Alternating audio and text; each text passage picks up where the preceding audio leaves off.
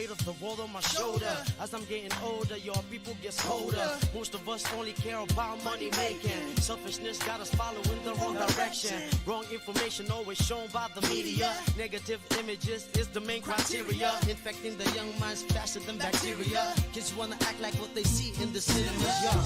Whatever happened to the values of humanity? Whatever happened to the fairness and equality? Instead of spreading love, we're spreading animosity. Lack of understanding leading us away from unity. That's the reason why sometimes I'm feeling under. That's the reason why sometimes I'm feeling down. It's no wonder why sometimes I'm feeling under. Gotta keep my faith alive till love is found. Now ask yourself, where is the love?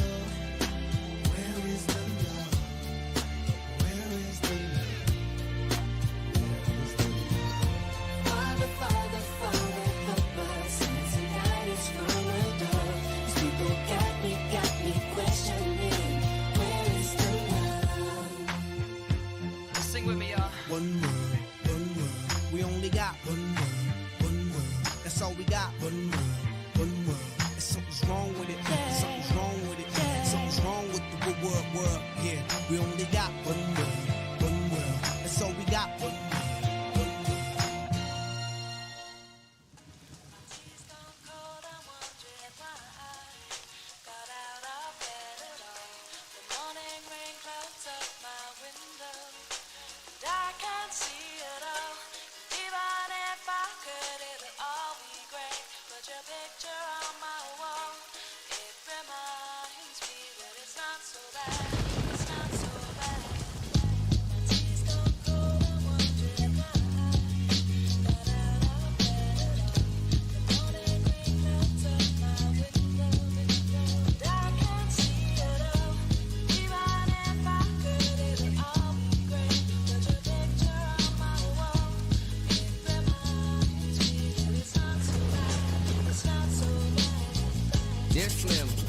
But you still ain't calling. I left my cell, my pager, and my home phone at the bottom. I sent 2 letters back in autumn, you must not have got them. There probably was a problem at the post office or something. Sometimes I scribble addresses too sloppy when I jot them. But anyways, fuck it, what's been up, man? How's your daughter? My girlfriend's pregnant too, I'm about to be a father. If I have a daughter, guess what I'ma call her? I'ma name her Bonnie. I read about your Uncle Ronnie too, I'm sorry. I had a friend kill himself over some bitch who didn't want him.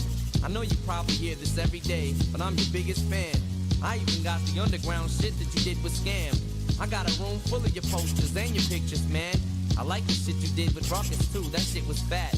Anyways, I hope you get this, man. Hit me back, just a chat. Truly yours, your biggest fan. This is Stan.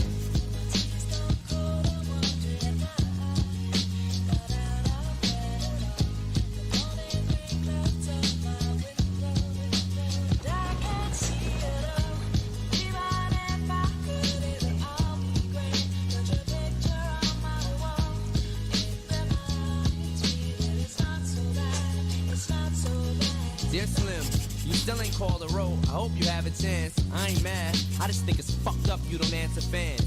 If you didn't want to talk to me outside the concert, you didn't have to. But you could have signed an autograph for Matthew. That's my little brother, man. He's only 6 years old. We waited in the blistering cold for you for 4 hours and you just said no. That's pretty shitty, man. You're like his fucking idol. He wants to be just like you, man. He likes you more than I do. I ain't that mad, though I just don't like being lied to. Remember when we met in Denver? You said if I write you, you would write back. See, I'm just like you in a way. I never knew my father neither. He used to always cheat on my mom and beat her. I can relate to what you're saying in your songs. So when I have a shitty day, I drift away and put them on. Cause I don't really got shit else. So that shit helps when I'm depressed. I even got a tattoo with your name across the chest. Sometimes I even cut myself to see how much it bleeds. It's like adrenaline. The pain is such a sudden rush for me. See, everything you say is real, and I respect you cause you tell it. My girlfriend's jealous cause I talk about you 24/7. But she don't know you like I know you, Slim. No one does. She don't know what it was like for people like us growing up. You gotta call me, man. I'll be the biggest fan you'll ever lose. Sincerely yours, Stan. P.S. We should be together too.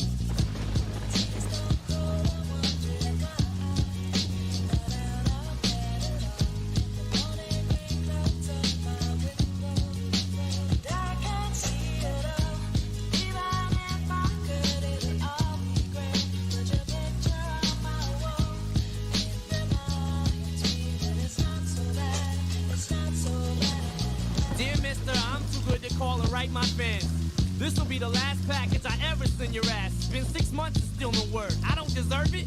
I know you got my last 2 letters. I wrote the addresses on them perfect. So this is my cassette I'm sending you. I hope you hear it. I'm in the car right now. I'm doing 90 on the freeway.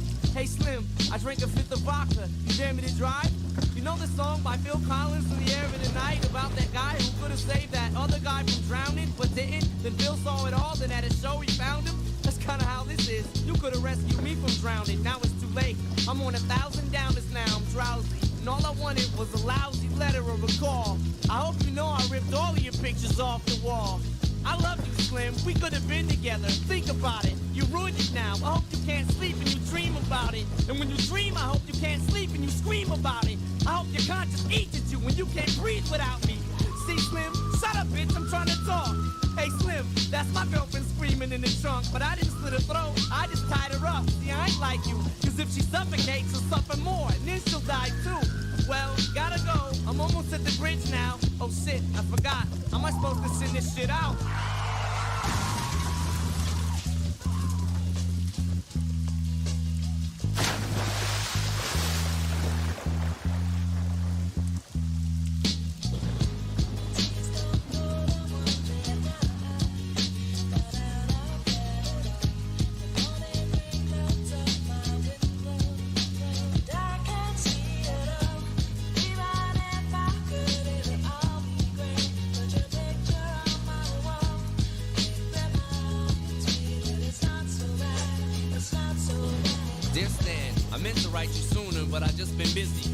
Your girlfriend's pregnant now. How far along is she? Look, I'm really flattered you would call your daughter that. And here's an autograph for your brother. I wrote it on the starter cap. I'm sorry I didn't see you with the show. I must have missed you. Don't think I did that shit intentionally just to diss you. But what's the shit you said about you like to cut your wrist too? I say that shit just clowning, dog. Come on, how fucked up is you? You got some issues, Stan. I think you need some counseling to help your ass from bouncing off the walls when you get down some. And what's this shit about us meant to be together? That type of shit'll make me not want us to meet each other. I really think you and your girlfriend need each other. But maybe you just need to treat her better. I hope you get to read this letter. I just hope it reaches you in time before you hurt yourself. I think that you'll be doing just fine if you relax a little. I'm glad I inspire you, but Stan, why are you so mad? Try to understand that I do want you as a fan. I just don't want you to do some crazy shit. I seen this one shit on the news a couple weeks ago that made me sick. Some dude was drunk and drove his car over a bridge and had his girlfriend in the trunk, and she was pregnant with his kid. And in the car they found a tape, but it didn't say who it was to. Come to think about it, his name was, it was you. Damn.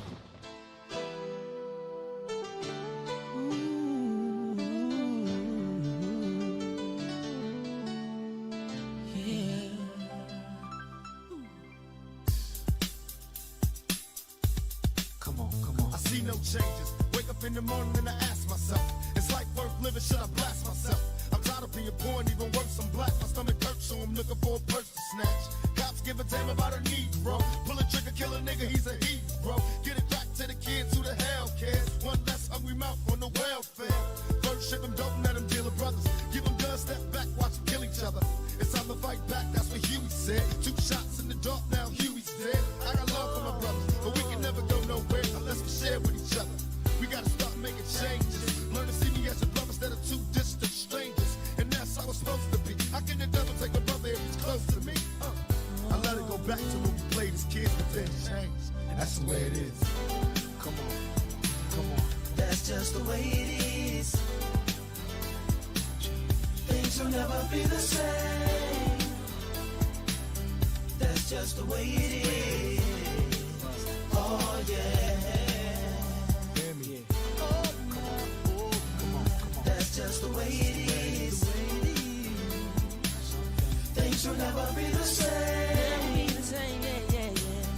That's just the way it is. Oh yeah. I see no changes. All I see is racist faces. Misplaced hate makes disgrace to races. We under. I wonder what it takes to make this one better place. Let's erase the wasted. Take the evil out the people, they'll be acting right. Cause both black and white and smoke a crack tonight. And the only time we chill is when we kill each other. It takes skill to be real time to heal each other. And although it seems evident, we ain't ready to see a black president. It ain't a secret, don't conceal the fact. The penitentiary's packed and it's filled with blacks. But some things will never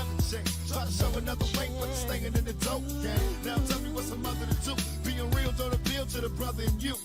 You gotta operate the easy way. I made a G today. But you made it in a sleazy way. Selling crack to the kids. I gotta get paid. Well, hey, well, that's the way it is. Come on, come on. That's just the way it is. Things will never be the same. That's just the way it is. Oh yeah. Hear me. That's just the way it is. Things will never be the same. That's just the way it is. Oh yeah. You gotta make a change. It's time for us as a people to start making some changes. Let's change the way we eat. Let's change the way we live. And let's change the way we treat each other. You see, the old way wasn't working, so it's on us to do what we gotta do to survive. And still I see no changes. Can a brother get a little peace? It's war on the streets and a war in the Middle East. Instead of war on poverty, they got a war on drugs so the police can bother me. And I ain't never did a crime I ain't have to do. But now I'm back with the facts, giving it back to you. Don't let them jack you up, back you up, crack you up, and pimp smack you up. You gotta learn to hold your own. They get jealous when they see you with your mobile phone. But tell the cops can't touch this. I don't trust this. When they try to rush, I bust this. That's the sound number 2. You say it ain't cool. My mama didn't raise no fool. And as long as I stay black, I got a stage strap. And I never get to lay back. Cause I always gotta worry about the payback. Some buck that I roughed up way back. Coming back after all these years. Right-a-tat-tat-tat-tat. That's the way it is. That's just the way it is. Things will never be the same. That's just the way it is. Oh yeah. You're my brother, you're my sister. That's just the way it is. Things will never be the same. That's just the way it is. Oh yeah.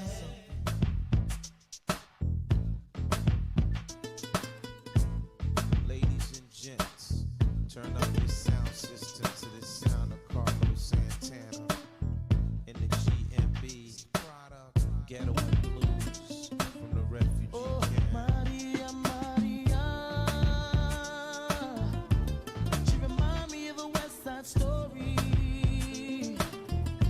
Growing up in Spanish Harlem, she living a life just like a movie star. Maria, Maria, she fell in love in East LA to the sounds of the guitar, yeah, yeah. Played by Carlos Santana.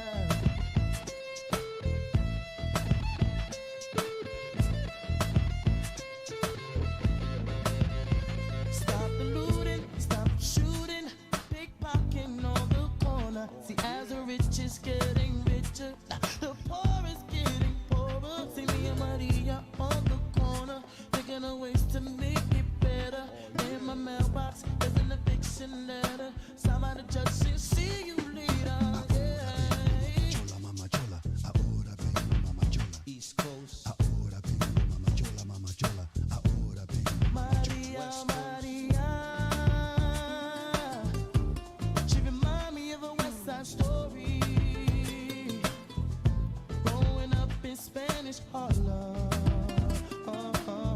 she living the life just like a movie star. Maria, Maria,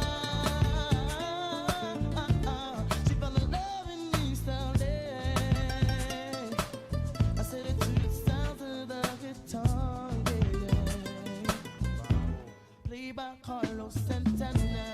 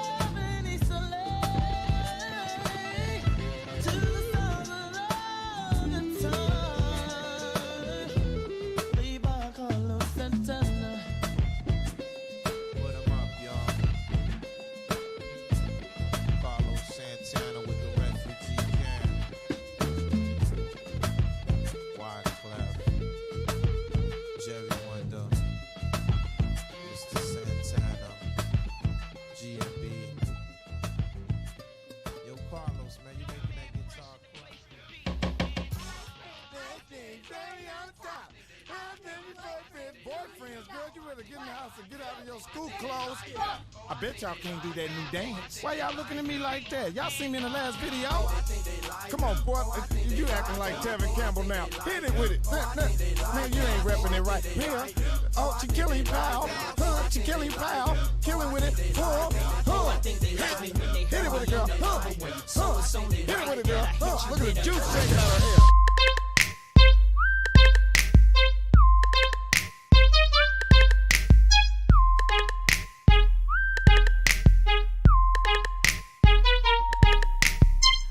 Stop mistreating Uncle Lou! Lean with it, lean with it, lean with it, lean with it, lean with it, lean with it. I bounce in the club, so the hoes call me Rocket. Posted in the cut, and I'm looking for a blockhead. Yep, in my white tee, I break a bitch back, and I keep a big bang. Oh, I think they like that. Before I leave the house, I'm slizzard on the goose, and I'm high in the plane. So a nigga really loose, and I can lean with it, and I can rock with it. And if you got a free, she gotta suck the cock with it.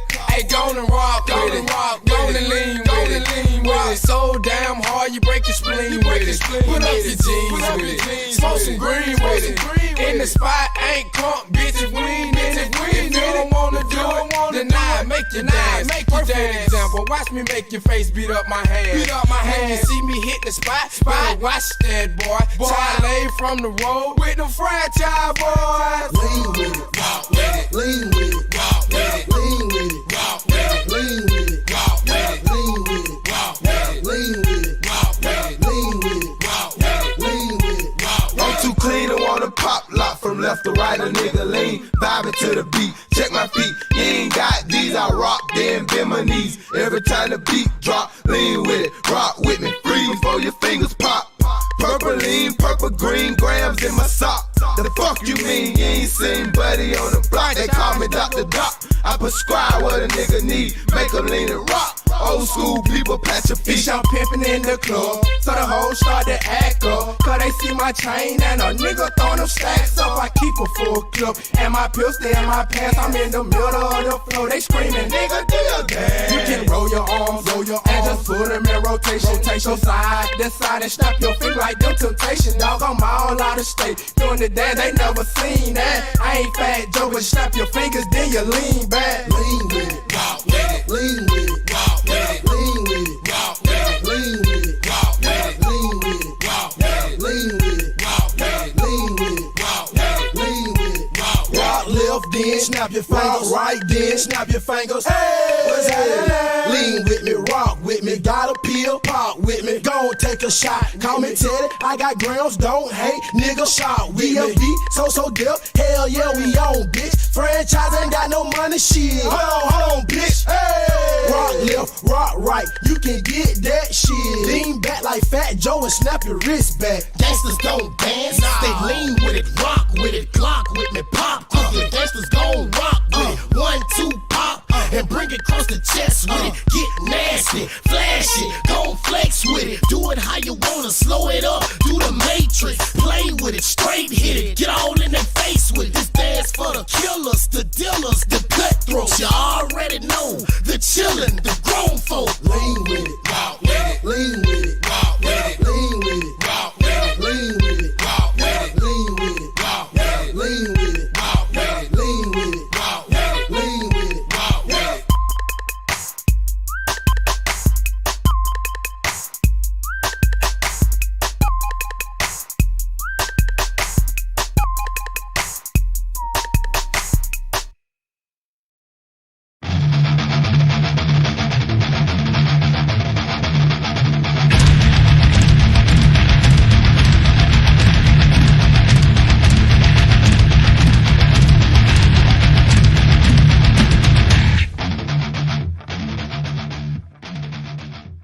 If I can't eat my own cake, then what right do I have to eat anybody else's cake? Yeah, good morning, and that is Uncle Lou here. Yeah, that's right, it's me, Uncle Lou, live for you on LouTube today. Thanks for watching. College football playoff rankings reveal show just came on ESPN. They've been going like 25 through like 7 and then showing 1 through 6. But for those of you that aren't able to watch it right now, I'll let you know what the rankings are as they come out, and we'll go from there. How'd that be? Yeah, I think that'd be just fine. Anyway, I appreciate everybody tuning in. Here come the rankings. Mississippi State back into the top 25 in an attempt to prop Alabama up. Houston at 24. Utah at 23. UTSA 10-0 at 22. And Arkansas up 4 spots this week to 21 in yet another attempt to prop up Alabama for this week's game between Alabama and the Swine. So that's your 25 through 21. Mississippi State, Houston, Utah, UTSA, and Arkansas. They'll be coming out with 20 through 16 will be coming out here in just a second. Anyway, I appreciate everybody tuning in tonight. We'll wait until the playoff rankings are fully revealed, and then I'll open up the phone lines, and we'll take phone calls, and we can hear from you guys what you think about the rankings or last weekend's games or this weekend's games coming up, whatever it is you want to talk about tonight on Uncle Lou After Dark. But I do appreciate everybody tuning in. 177 people in here. Hit the thumbs up if you hadn't already. That's a big help to a live stream. So do me a favor, if you don't mind. Hit the thumbs up. Doesn't take any time to do. Doesn't cost you anything. Takes very little effort or energy. Even trolls can do it. So hit the thumbs up. Thank you. Roll call. All right. Let's see who's here. Jacob Watson, Munkin's Headset, Dawson Gentry, Tyler Gilbert, Lizard Circus, Tyler Buckner, Colby, Savage Cabbage, Lucas Sharp, Jarvis S., Patrick McKeever, Notre Dame Dude 88, Jerome Pruitt, Rob D., Kirby's Visor. Okay, it's going a little too fast now. Nate the Great, Rick Sanchez. Pluto is here, though. Not sure if Planet or Disney character. 20 through 16, you got NC State dropping to 20. San Diego State moving up to number 19. They're 9-1. Pittsburgh moves up to 18. Iowa at 17. Texas A&M falls 5 spots all the way down to number 16 at 7-3. So NC State, San Diego State, Pittsburgh, Iowa, and Texas A&M. That's your 20 through 16. Irish Medic, Ryan Rame, Rob D., Shannon Hires, Cody Goss, Brandon Wyatt, J.R., Boston Griffin, Munchkin with a gun. Makes sense to me. David Relaford, Fishing Georgia 1, which is Jake Fromm's troll account. Good to see you in here, Jake. Nikki G., Kevin Klein, JC. Jake Fromm ain't got nothing else to do. Of course he's watching Uncle Lou. Rob D., Rich, Matt Dummett, Alan Williams, Caleb, Daniel Rivera, Rob D., JWF041. Appreciate all of you tuning in here tonight. Super chat right below the comment section. If you're looking for a great way to help support the show and the channel, that's a good way to do it. You can type a note with your super chat, and I'll be happy to read it, whether it's a question, a comment, a troll attempt, or whatever the case may be. There's also a PayPal link for those of you that have PayPal and don't mind using it. YouTube steals half your super chat before the YouTuber ever gets it. PayPal does not. So there you go. Support the live shows that you guys like watching, whether it's this one or any other.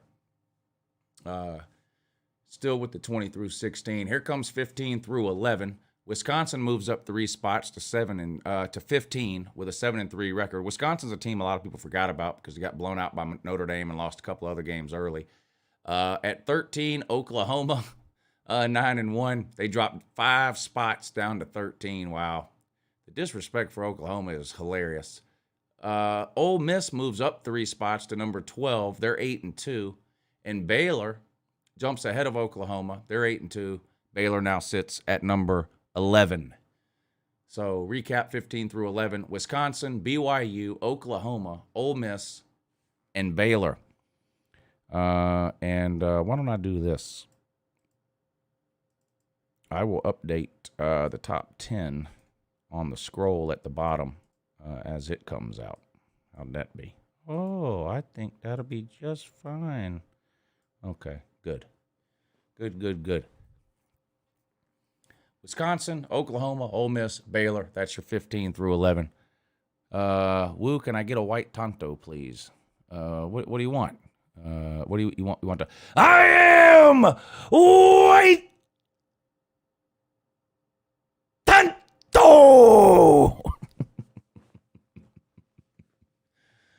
Shout out to FSU, the best football program in the state of Florida currently.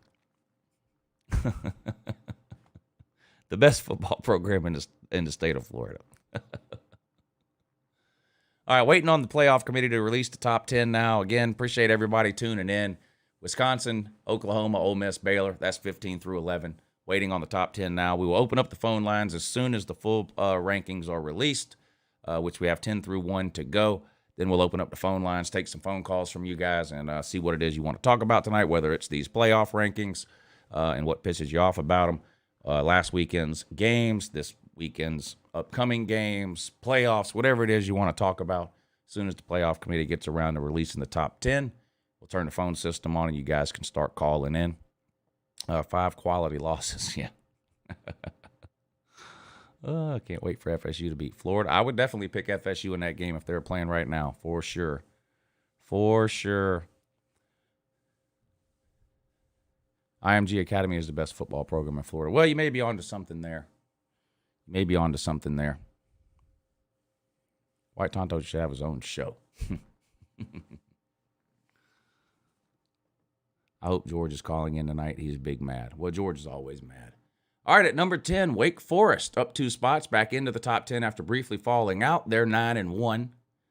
So the ACC's highest-ranked team, right?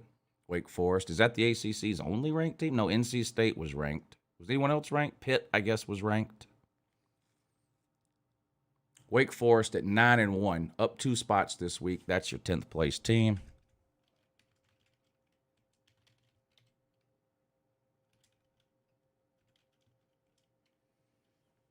We'll see who number 9 is here in a second.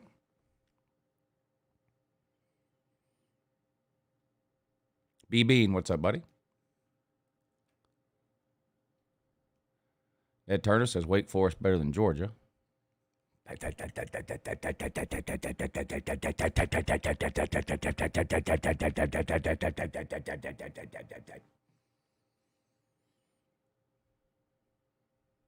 I hope Wake Forest beats the ugly off of Clemson on Saturday.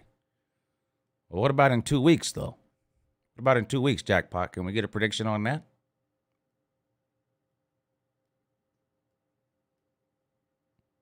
I have a feeling Wake Forest will beat Clemson.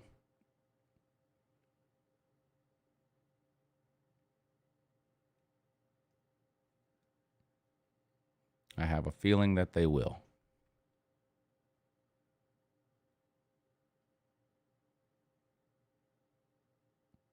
You'll know more after the barn game. Well, what's your prediction for the barn game?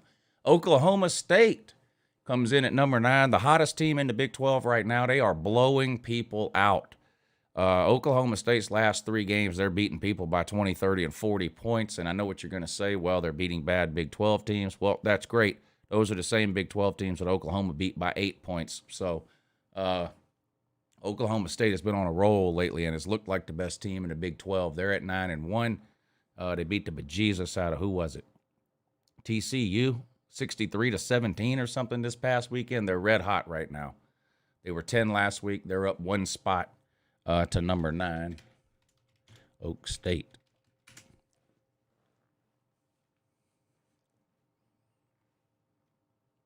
Red hot.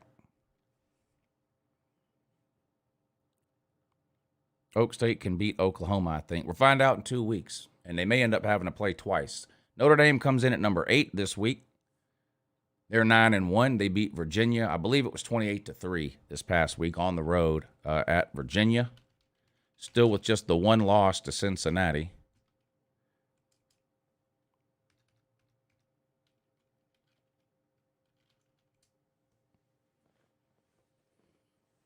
Ben Dupree, thank you for hitting the super chat tonight, sir. I really appreciate that. He says, Auburn plays football? Yes. Well, they make a valiant attempt 12 or 13 times a year. Jesus Christ Home Slice, thank you for the super chat. He says, I like Alabama over 21. Archie runs a 3-3-5 defense just like Ole Miss. I know Alabama didn't run well against LSU, but they ran well against Ole Miss. What do you mean you like Alabama over 21? You mean you like Alabama minus 21? You like Alabama to win by more than 21? Top 7 teams coming up here in a second. First, they have to let Kirk Herbstreit give his 2 cents, though. I appreciate that, Joshua. Thank you, buddy. Yeah, share Uncle Lou with your friends, family, and enemies. That's the best thing to do. Watch out for Vanderbilt. We're on the come up. Yep. Yep.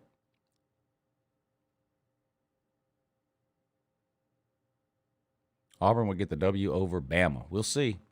We'll see. They didn't look good last week, and Bo Nix is gone for the season. So, all right, Georgia at number 1. That shouldn't be a surprise to anybody. Georgia 10-0. Humiliated Tennessee this past weekend, 41-17.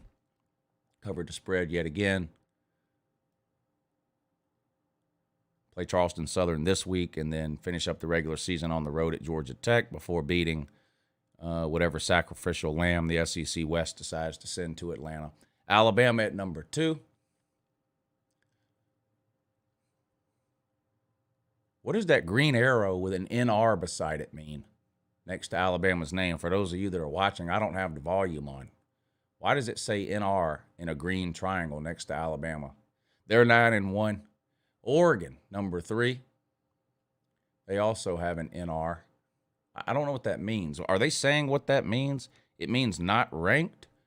Are they trying to tell me that these 2 teams weren't ranked last week? Somebody's done screwed up in the ESPN graphics department. Somebody has screwed up in the ESPN graphics department, I guess. Oh, new rank maybe? No, now they took it off the screen because they knew they screwed up. Georgia 1, Alabama 2, Oregon 3. I'm assuming Ohio State at 4.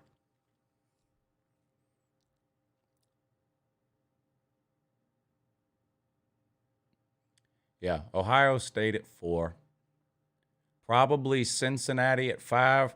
You think they're going to keep Michigan and Michigan State the same? I guess they will, but it's not going to make any sense, just like it didn't make any sense last week. They've got Oregon ahead of Ohio State. Okay, fine. Oregon beat Ohio State, but last week they had Michigan ahead of Michigan State. So we'll see if they correct their problem from last week. But this is a hard-headed bunch here, so they probably won't. Georgia 1, Bama 2, Oregon 3, Ohio State 4, 5, 6, and 7 coming up now.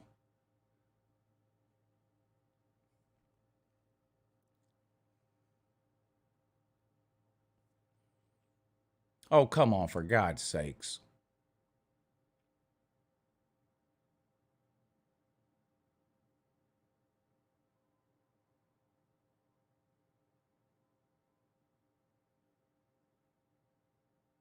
Yep, Cincinnati at 5. They're 10-0. They play SMU this week, which is one of their toughest conference games of the season. So we'll see if they can get by SMU. They may have to play SMU twice, but to play them again in a conference championship game. Or maybe it's Houston. I'm not sure. I'd have to check the rankings in that conference. But I know SMU and Houston, I think, are the second and third best teams in that conference.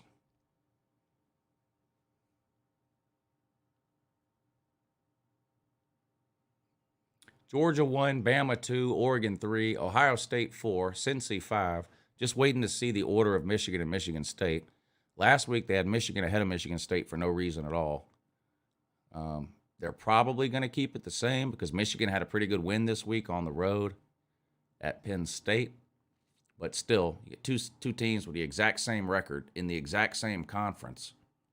One team beat the other, yet they're ranked behind the team that they beat. I mean, it made no sense last week. If they do it again, it won't make any sense again. So that was the thing I think they caught the most heat for last week was the Michigan State thing. And how do you justify that? But then you've got Oregon ahead of Ohio State. So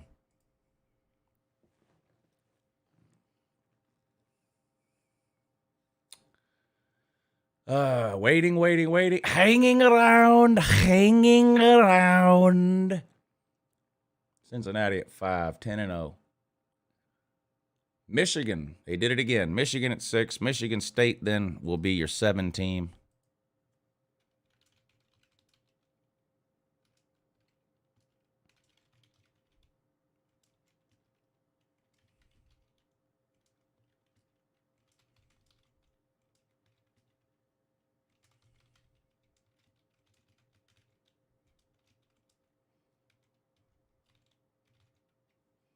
All right.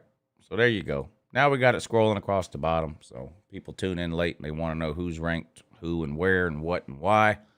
They'll know. All right. I'm sure everyone's pissed off about irrelevant rankings, but I'll be happy to let you call in and tell me all about it.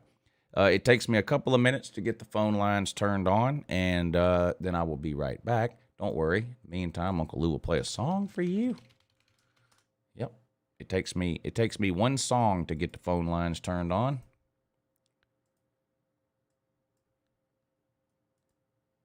And then I will be right back. Yeah, A-Town is on again. A-Town, A-Town, A-Town, yeah.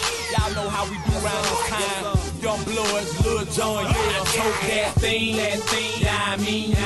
Hat lean, clothes smell like green. Ice and white tea, and white weed. I'm buy bread, real G, get G. Back to the street, back with Lil John. Back for the A, back reppin' for the slum. Put your hood up, show a nigga where you from. And if they hate that, then get the job done. What we find, big wheel, big wheel. Chopping hard like beer, like beer. What we drink, that Patron. Keep the bottle popping all night long. What we smoke, that good. President shit, George Bush. How we do it like this, big crunk, big. 16, I'ma give it to you raw. Take it to your ass, slap you clean, cross the jaw. Now where they at? Who want some? See, I don't think y'all really want none. See, I'm back with a whole new clip, with a badass chick on some brand new shit. Now put 'em up to the sky. Get fucked, get drunk, get high. Shake 'em off, you know what to do. Take it to the floor, haul out your whole crew. Like what?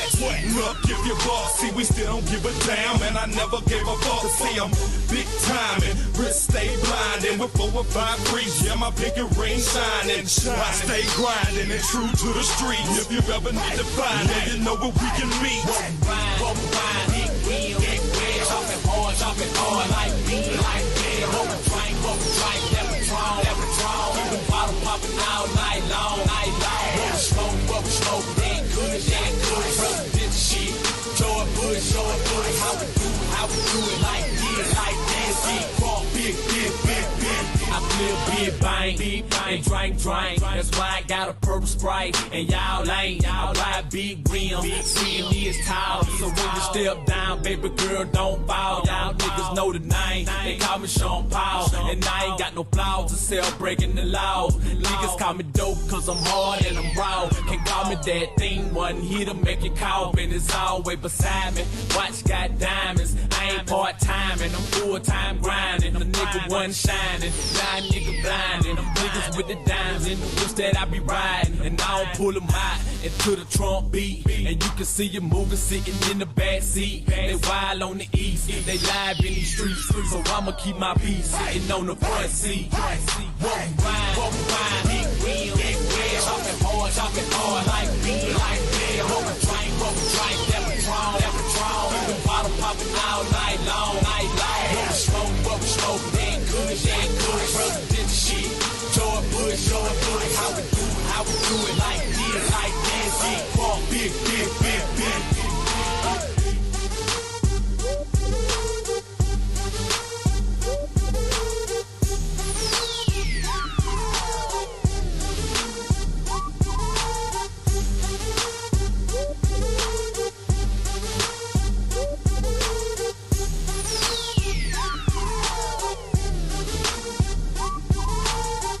I'm just a little bit perturbed.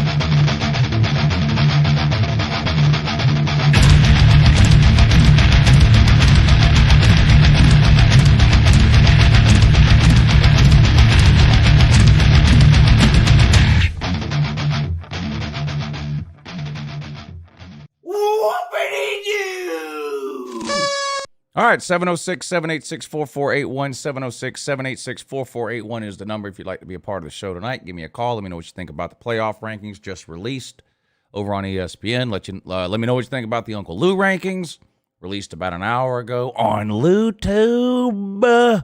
Yeah, or anything else you want to talk about related to college football, last week's matchups, this coming up week's matchups, possible playoff scenarios, whatever it is you want to talk about, give me a call, 706-786-4481. Hit the thumbs up if you hadn't already.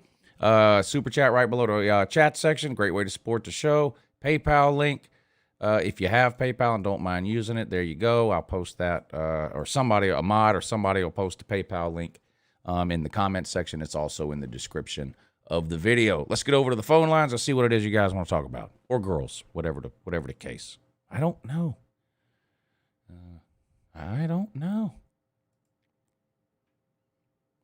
Yeah, good morning, but you're on with Uncle Ludo.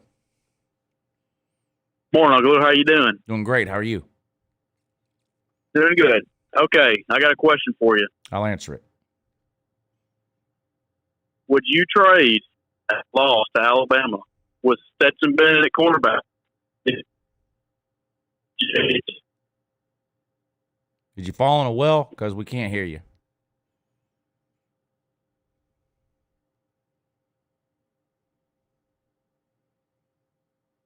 Hello? Yeah, you're breaking up. We can't hear anything you're saying.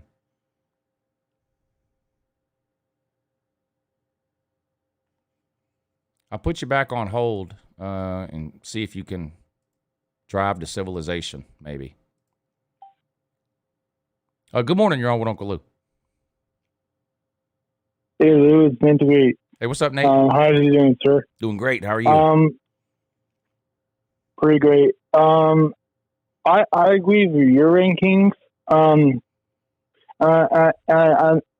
like I said, I think Bama should be out of the top four. And I mean, yes, because they are poverty defense and poverty offense by Bama fans, but it's the truth. The only good player on your team, Bama fans, is Javon Williams, or whatever his name is. That's it. Bryce Young, he's decent, but he's not as good. I think Cincinnati should move ahead of the fourth spot, and you know what I mean, maybe Oregon on.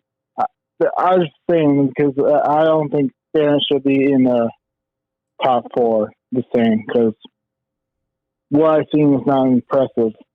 Right. But they won't be once they lose, whenever that is. Right. That's what we all want, though. Yeah. But yeah, I just don't really think that Bama's good this year, just for this year. I think they're going basketball next year, but probably not winning that next year. I was just saying that they're not good this year. I'm saying, but anyway, I'm fine with Michigan on 6. That's fine with me, as long we blow out Maryland. This is like a trap game for Michigan, though. They should win this. If they don't, I'm gonna break a window. I'm just kidding. All right. But yeah. Okay. All right, Nate. Thanks for the call. Lou. Thanks for the call, buddy. Good to hear from you. Is that the real Bama Moore? I've been trying to get you on the show. I left some comments on your channel. I don't know if that's. I don't know if that's the real Bama Moore. There's so many trolls around here. But email me if you're interested in coming on the show, Bama Moore. I'd like to have you on. My email address is in the description of the video. Good morning. You're on with Uncle Lou. Hi, it's Alan. I'm an FSU fan. I just wanted to say that I'm so happy with the way that our team played on Saturday, beating the Canes. I don't like them at all. My only question is, with the season winding down and with Ohio State and Michigan, it looks like they're about to play for all the marbles in a couple weeks. Do you think that this is the year that Michigan finally gets it done? Do you think Jim Harbaugh will get it done? I know it's a week away, but still. Yeah, I mean, they get them at home. Michigan's going to have to play their best game of the year. I mean, Ohio State offensively looks really, really good right now. I mean, I know Michigan has a good defense, but I don't know if Michigan has a good enough defense to keep Ohio State in the 20s, and that's probably where they would have to keep them to win that game. So I would pick Ohio State to win right now, but part of that is because I've been burned by Michigan too many times. I have to see Michigan beat Ohio State before I can really believe they can do it. Right. Okay, well, that was our only question. Well, thank you. I know you got other people on the line, and I just wanted to say that Dan Mullen is a clown. Thank you. Thank you for the call. He said Dan Mullen is a clown. I can't argue with that. I'm in total agreement with you on that, as it were. So keep that in mind if you can. Compton, thank you for the super chat. He says, do you think Georgia's a lock for the Natty? There are no locks for the Natty because you don't know what the playoff matchups are going to be, but I think Georgia is a lock for the playoffs. Let Bama more. I don't let or not let anyone call in. There's a phone number on the screen. People type it into their phone. They call in. It's not up to me to give people permission or what. So I don't understand that comment, let Bama more call in. There's not anybody that I don't let call in. So not sure if that's how phone calls work. You pick up your phone, you dial the number. I mean, so I don't really know what that means, let Bama more call in. I let anyone call in who wants to. Good morning, you're on with Uncle Lou. Uncle Lou, what's up, brother? Hey, how you doing? I'm good. How you been, brother? Hey, I called in 2 weeks ago when we were started doing the rankings there, and one of the things I told you Oklahoma would either lose to Oklahoma State or Baylor, and it happened. And everyone knew that though. Everyone picked Oklahoma to lose one of their last 3 games. I mean, their toughest 3 games were their last 3. So, you know, I think I've seen Kirk Herbstreit made a great point about, you know, we can talk about Cincinnati. You know, obviously, I would expect Georgia to beat Alabama, depending on how that game plays out. If it's a field goal, is it 3 touchdowns or whatever? You know, you could throw Cincinnati maybe in one of those 4 spots, but Kirk made a point about the fact that maybe one of the teams behind Cincinnati could sneak in there somehow. You know, I just heard the last caller, you know, asking about Michigan and Ohio State. And honestly, Lou, I tell you what, Saturday, I got done reffing flag football, youth flag football, and I went straight to the fridge when I got home, got me a beer, 3:30, threw on Purdue, Ohio State, thinking, oh, man, this is going to be a lot closer than I thought because, you know, like I said, I take nothing for granted when it comes to any team in the Big Ten or any conference, you know, foe. It's a big, you know, it's just different. We've seen it in the past.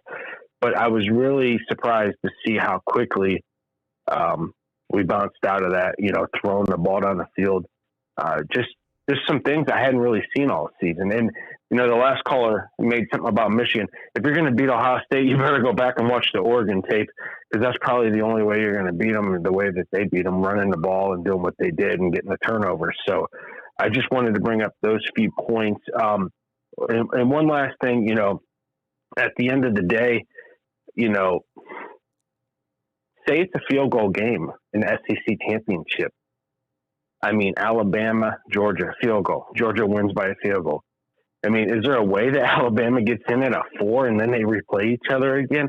I know it sounds crazy, but we've seen that with the championship, you know, was that 3-4 years ago? And one last thing, just that, you know, you're talking about clowns and stuff.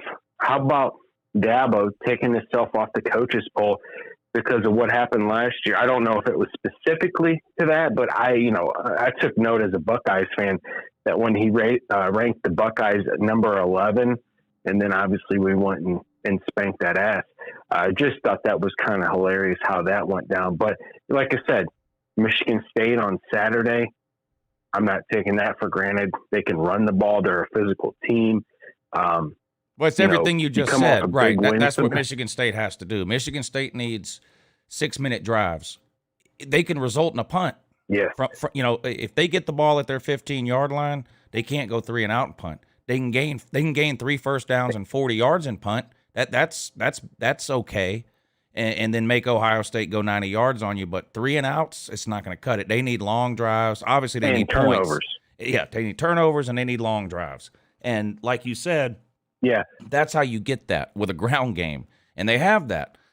Now, Ohio State doesn't have a great defense. I mean, that's just reality. Now, they've got the best offense in football right now. Their defense ain't great. We'll see how Oregon, like you said, gashed them on the ground. Now, that was a long time ago, and Ohio State is definitely better now than they were then. I get all that.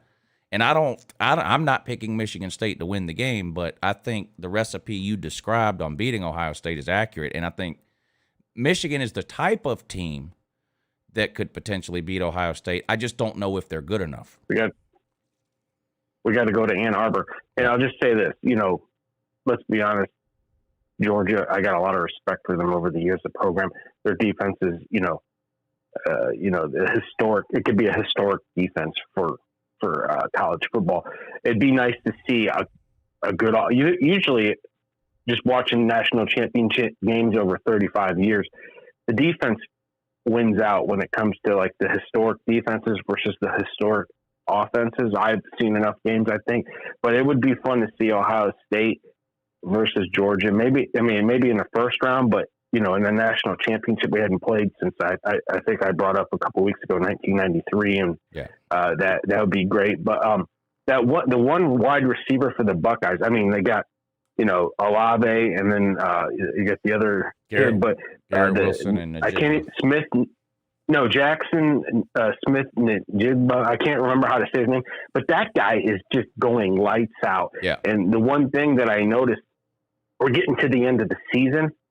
What's your Heisman look? And the Heisman isn't what it was 20 years ago for me either, but just to kind of stir things up during the show, just throw out something that you think, hey, this guy's, going crazy, or this guy or whatever, for some kind of Heisman thing, because that's only 3 weeks away. Yeah, C.J. Stroud, Kenneth Walker, Bryce Young, Jordan Davis.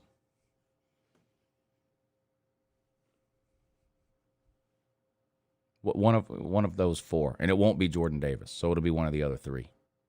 Thank you for the call. Thank you for the call. Brandon Pratt, thank you for hitting the super chat. He says, the UGA ain't played nobody. People are hilarious. Just stop. You look dumb. Yeah. They look really, really dumb. Who have they played? Who have they played?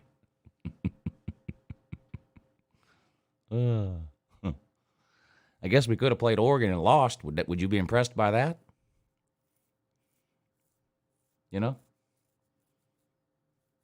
could have played Texas A&M and lost. Would that impress you? We could have beat LSU by 6, the same amount of yards, and rushed for 6 yards against them. Would that impress you?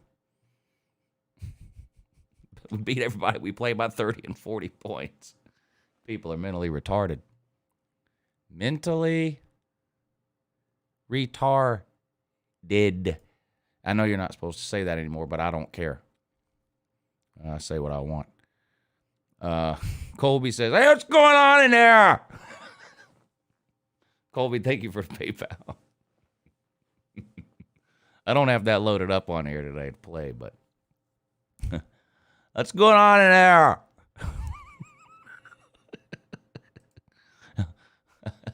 Nobody knows what I'm talking about. I better just move on. It might be the smart thing to do. Good morning. You're on with Uncle Lou. Hello? Hello? Hey, Lou. I've been a fan for probably a year now. I love your videos. They just make me laugh. You getting on there and just making fun of other things. That's great. But, Alabama, they're looking like they're going to make their way into the SEC championship. Mm-hmm. So, for me, I think Alabama, their offense is looking really nice, even though despite the LSU game when they laid a piece of doo-doo against LSU. But do you think that their offense is going to be able to go with Georgia's defense? No. Their offense is horrible. I mean, they have Jamison Williams and nothing else. I mean, they don't have anything else. That's it. That's all they have. That's it. No. All right. Thank you, Luke. All right, thank you. Yeah. I mean, I don't understand what other than Alabama's name is impressing anybody this year about Alabama. I don't get it. I don't get it. Outside of their logo, I don't know what people are seeing that oh, well, Alabama could lose and still get it. I hope they do. I hope they do. They won't win a game in the playoffs. They're not a playoff caliber team this year. It's not the end of the world for Alabama, okay? They're young on offense. They lost all that talent to the NFL last year. And they have one player on defense that anybody can name. So, I mean, it's just not the year for Alabama.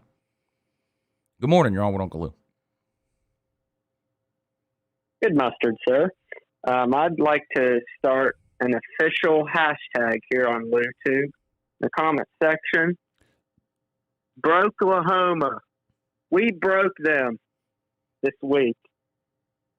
Baylor broke Oklahoma. Well, we'll find out this week. They play Iowa State. So if they lose this week, then you might be on to something. Well, we broke their heart. You did break. Yeah, that's true. You did do that. Did you break any goalposts? I was there to see it. No, we didn't break any goalposts. Do y'all have collapsible goalposts, or y'all just didn't tear them down? I guess they just didn't tear them down. Okay, a lot of schools now have collapsible goalposts, so as soon as the students run on the field, they hit a button and the goalposts fold down to the ground, so you can't tear them down. Interesting. I didn't know that, but yeah, that win felt good. I know some folks stormed the field early, but that's because they had no idea that there was, like a second remaining. They still wanted to call that a field goal. Yeah. So, well, it wasn't because the fans would run out and I guess. No, they did it for tiebreakers. They did it because of the tiebreakers. Yeah. Right. Yep. Right. Yep. That's it. Yep, that one felt good. It feels good to be a Baylor man once again. Yeah, I mean, Baylor getting some respect from the committee, too. They moved them ahead of Oklahoma. I wasn't sure they would do that since Baylor has the 2 losses. I wasn't sure if they would move them ahead of Oklahoma, but they did, so. Yeah. Yeah, I think, of course, best case scenario for us is, go to the Big 12 championship and, of course, win that. That's assuming Oklahoma State wins out. But the best case scenario would be Sugar Bowl, and that would be a very good season in my books because Sugar Bowl against Alabama. Considering where, I don't know, but I haven't really thought that far. Well, that's what it'll. That's who's going to the Sugar Bowl from the SEC is Alabama. Yeah, because if they lose to your boys in the SEC title game, then they're done. Yeah. So, yep. So I'll let you get to some other callers, and have a good mustard and sick and bears. Yep. Thank you for the call. Man says Baylor versus Bama in the Sugar Bowl. You heard it here first. You heard it here first.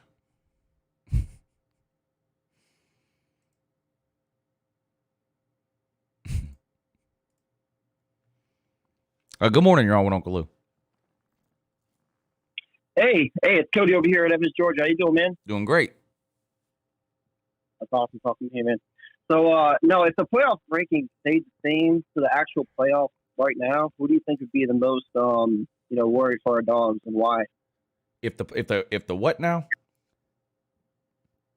Who would you be worried about the most for our dogs? Ohio State. They're the only team that concerns me at all. Why? Just the overpowered offense? Is that what you're talking about? Because of their offense, yeah. Okay. And what about the worst team out of those 4? Would you say for our dogs being a little too toy for them? Cincinnati or Oregon. Yeah, especially Oregon. I agree with that one. I think we're playing Cincinnati in round 1. I think we're playing Cincinnati in round 1. That's what I think. Really? Maybe Oklahoma State. Who do you think is going to drop? Oregon out of the top 4 for them to get up to the 4th? No, I think it's going to be Georgia, Oregon, Ohio State, Cincinnati. If not Cincinnati, then Oklahoma State. Now, if Oregon loses this weekend, because they got to go play at Utah, and they're actually an underdog in that game. Oregon is. So if Oregon loses, then I think we would play Oklahoma State in round 1, and Ohio State would play Cincinnati. I like that. Now, do you think next year for Georgia would be a little restart year, kind of what Alabama's doing this year, with all our seniors and like possibly juniors leaving? Well, defensively, it'll be almost a total overhaul. Now, the good news is they play too deep at almost every position, but the starting 14 or 15, they're all gone. I mean, there's 9 or 10 players are getting drafted in this draft off of this defense. Offensively, we lose almost nothing. Yeah, our freshmen are balling. Stetson Bennett's coming back. Stetson can come back if he wants. JT Daniels can come back. George Pickens could come back. Blaylock could come back. Brock Bowers has to come back. Ladd McConkey has to come back. A.D. Mitchell has to come back. In the game against Tennessee, we played four either freshman or sophomore offensive linemen started that game. So they're all coming back. So on offense, we lose almost nothing. Now, we'll lose some running backs for sure. We're going to lose Zeus probably. James Cook is gone for sure. We'll have McIntosh, Milton, Dejon Edwards. But does anybody think Georgia's going to be hurting at the running back position? If they do, then they haven't been paying attention. So I'm not worried about that. I'm not worried about anything offensively next year outside of Kirby's ability to choose a QB. That's it. Defensively, we got to replace a lot. Inside linebacker would be my biggest concern next year. All right. Well, that's all the questions I really had. But I do have one thing to say really quick to Florida fans. You definitely need to fire that little clown you got there. The program's only going to get worse and worse for the future. Which, by the way, thanks for the best 2 players of next year's class. Hashtag no recruiting till the end of the season, right? All right, buddy. Thank you for the call. Good to hear from you. Man, had to get a shot in at Florida at the end.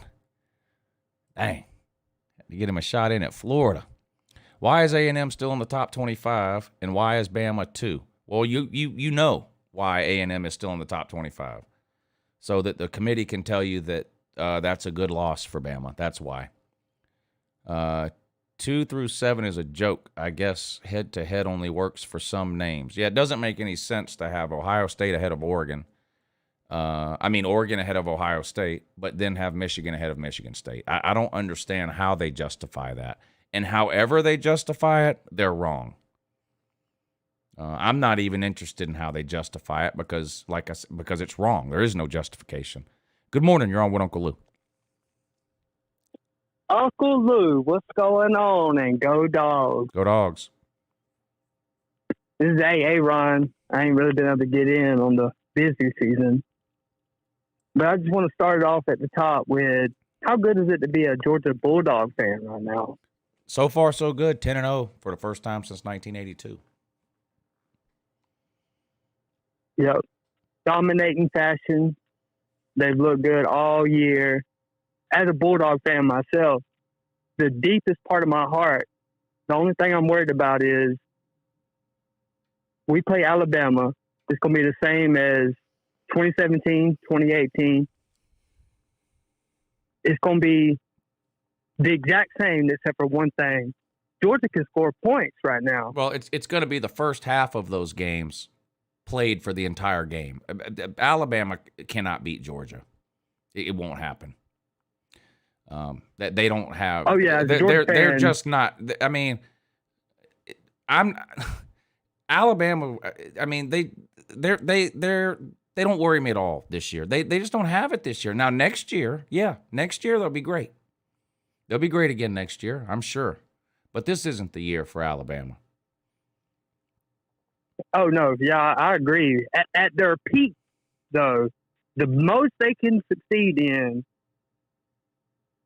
they're going to be like that. And Georgia would have to play down of what they are now to accomplish a game like that. Georgia should dominate. I mean, the defense is better than anything we've had, and we've always had a top defense, like 1, 2, 3, whatever you want to place it. Georgia's always been up there, but this one is above that. But the main thing as a Georgia fan is, can the offense score points? That's been the downfall every time is, can they score points? Yeah. Right now, with Stetson Bennett, we can score at least Jake Fromm level. We can score. But every game, every time, we come out and score, dominate. There's efficiency ratings all over the place of how dominant Georgia has been. I mean, people look at it like, yeah, but y'all ain't throwing up 50, 60.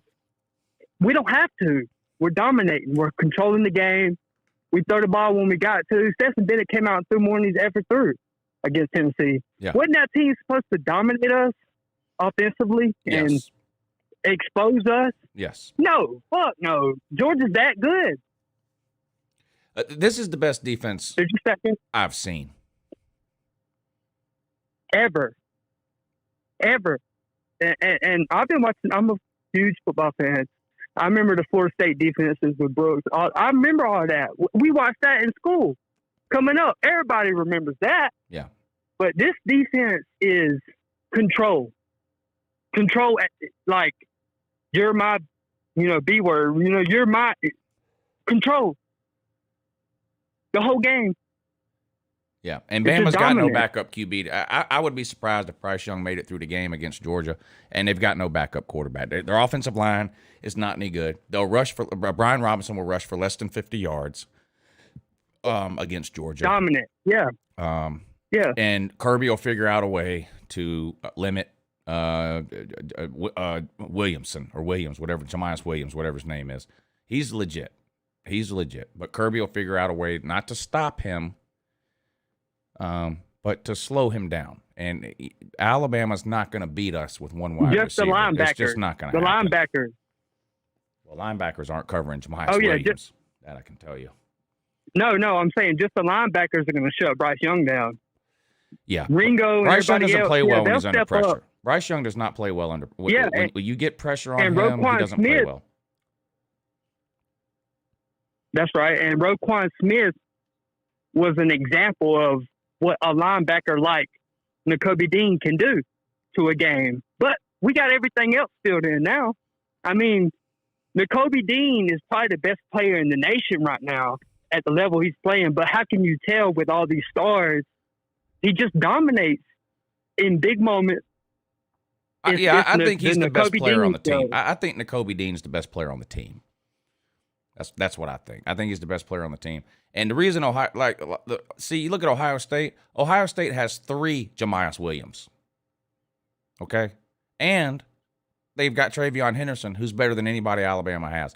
Now, do I think Ohio State and TreVeyon Henderson's going to come out and run for 5 yards, 5 yards, 5 yards, 5 yards, 5 yards, 5 yards? No, I don't. But I do think TreVeyon Henderson could come out and run for 2 yards, 4 yards, 1 yard, -1 yard, 4 yards, and then 80 yards. TreVeyon Henderson can go 90 yards on every single play. So Ohio State offensively is miles ahead of Alabama. Miles. They're miles ahead of Tennessee. They're miles ahead of anybody in college football right now offensively. Oh, yeah. They're the only team, Yeah. the only team, I think, that can score in the 30s on Georgia. Which is what you're going to have to do. Which is what you're going to have to do to beat Georgia. Because Ohio State gave up 6 games worth of points to Purdue as far as what Georgia's defense gives up. So their defense ain't great. Yeah, but the offense has got to score. They are. Score. Ohio State ain't no good. I don't want to say they're no good. I mean, if Georgia, Ohio State can score on anybody. Ohio State can score on anybody. That's true. There's no doubt. There's no doubt. I mean, they're not going to score 50. Ohio State. This isn't a 2017 Oklahoma deal. I mean, they're not scoring 40 or 50. But Ohio State could score 28, 30, 31, 34 points. Yes, I believe that against Georgia. I do. But Georgia can score in the 40s against Ohio State. That's the key. That's the key. The key is they always say defense wins championships or offense wins championships. No, I mean, if you got a great defense, you got the first key to the problem right there. That's the first key. But you still got to have a good offense or defense, whichever scenario it is. Look at Georgia, prime example. If they would have had an offense the last 5 years, they would have won 5 championships, maybe. I mean, they were there. They just didn't have the offense. But Ohio State does have the offense, and it's nice. The speed, it's all kinds of. There's so many factors that factor into this, and Georgia has that speed, but they're still going to give up at least 20. We're just saying 20 because that's what everybody's fighting for is 20. But as a Bulldog, they're going to score at least 20, maybe 30. Yeah, Bama didn't score that with Tua. I'm not saying that it's a guarantee that Ohio State would score 30 points on Georgia. But I think they're the only team in the country. I think they're the only team in the country that if everything goes right, they could score 30. I think Ohio State could score 30 on Georgia. That's right. Maybe they won't. I mean, I don't know. I don't know. But I think they. When you look at everybody has been talking about Georgia's secondary, and I agree. Keely Ringo, this is his first year playing, and he's done okay, but he gets beat a lot. Keely Ringo is fast. He gets, but then why do all these wide receivers get 5 yards behind him all the time? So they do. You notice he fouls them a lot. He gets the flag a lot. It would have been a touchdown in the Tennessee game if it wasn't for that pass interference. That would have been a touchdown. So. Oh no, I agree. I think Ohio State could score on Georgia, but I don't think Ohio State defensively is probably a little bit better than the Oklahoma defenses that kept making the playoffs. But there's nothing special this year about Ohio State's defense. That's the key. There's not. That's the key. There's no team balance like Georgia. That's the key. I mean, anybody they give up 30. That's okay. Georgia might score 40. They're not going to get 30. Probably anyways, but if they did, it's going to be Georgia 40, 50. They're explosive. They're getting healthy. There's no telling, but just going by what we've already seen, they're going to get 40 if they got to. That's the key, and everybody in college football should look at this and be like, this is common sense that, yeah, this team's explosive on offense. This was explosive on defense, whatever, but which one has the second part to that key? That's the key. Who? I mean, even LSU. All right, they talk about their offense. Their defense wasn't great, but it was good. It was good enough. That's all it took. Everybody all year. That's all it took. Alabama, everybody. They had to have just enough on defense. All right, Georgia. Their defense right now. Yeah, their defense is great. It's great. Probably the best we've ever seen anybody alive right now. This is amazing what they're doing. In a whole new world of offense. Last 3-4 years, all we heard is offense. Here they are, and then boom. Georgia's offense. Just to be fair, this is a down year offensively, and if you really want to know what worries me is that we win a national title with Stetson Bennett, and Kirby thinks that's the way to do it. I mean, look at Alabama. They replaced their entire offense. That's dumb. Look at Oklahoma. They're playing a freshman quarterback. Look at Ohio State. They're playing a freshman quarterback. Look at Clemson. They're playing a first-year starter at quarterback. These teams that normally you see winning it, they're down offensively this year. Now, that doesn't take anything away from how good Georgia's defense is, but Georgia's not going to have a defense every year that holds opponents to 6 points. And it's just not going to happen. I mean, look, what did we tell the Florida fans all offseason? You're not repeating offensively what you did last year. You don't go out and break every Steve Spurrier record known to man offensively, then lose your entire offense, and then repeat that the following year. Georgia is not going to have a defense next year like they have this year. It'll be a good defense that's loaded with NFL talent again. We're not holding people to 6 points a game next year. And Alabama's going to have a better offense next year than they have this year. Ohio State's going to have a better offense than they have this year. Clemson's going to have a better offense than they have this year. Winning national titles with quarterbacks who throw the ball 15 times and 170 yards a game might get you one this year with the defense Georgia has. It's not a recipe for permanent success. And that's what worries me, is that Kirby's going to think he's right if Georgia wins with Stetson Bennett, and it's going to cost us because his quarterback philosophy has already cost us at least one natty, maybe two, and it could cost us more in the future if we win one this year and he continues to think that he doesn't need a legitimate quarterback. We are elite. Georgia's elite at every single position on the field except quarterback. I'm not knocking Stetson Bennett. He's played well. And I'm for whoever Kirby sends out there. Stetson Bennett's not an elite level quarterback. He's not. He's just not. Every other position group on the field is elite except quarterback. And I don't think that's a permanent plan for success. And honestly, that's at the deepest part of every real Georgia fan's heart. Is that exact? And I'm still with you. They got 2 more games. Kirby can make this beautiful, or we could all be looking back. But at the heart of everything, I watch the games over and over again. I watch everybody, especially the opponent Georgia's playing. I watch it over and over and over again. And at the heart of my problem with Georgia is you can't run free against teams that are talented. You can't do it. Everybody sees it. It's beautiful. You're going to get a couple of them, but it's not going to make the game. What's going to make it is the throws to Bowers. I mean, there's throws that you got to hit in big games. Georgia's defense is great, but we all have watched the last 5 years of college football. We've seen all this. At the end of the day, throwing deep like Alabama does is high-powered. Georgia, I can't even go anywhere with it because at the end of the day, they would have killed us last year on defense and scored 30 or so, and we wouldn't have been able to score that. You got to throw deep. You got to hit them. You got to go off offensively. Sometimes at least. And an elite defense is going to keep them close. You're going to be the better offense. All right, buddy. Thank you for the call. I'm going to have to let you go.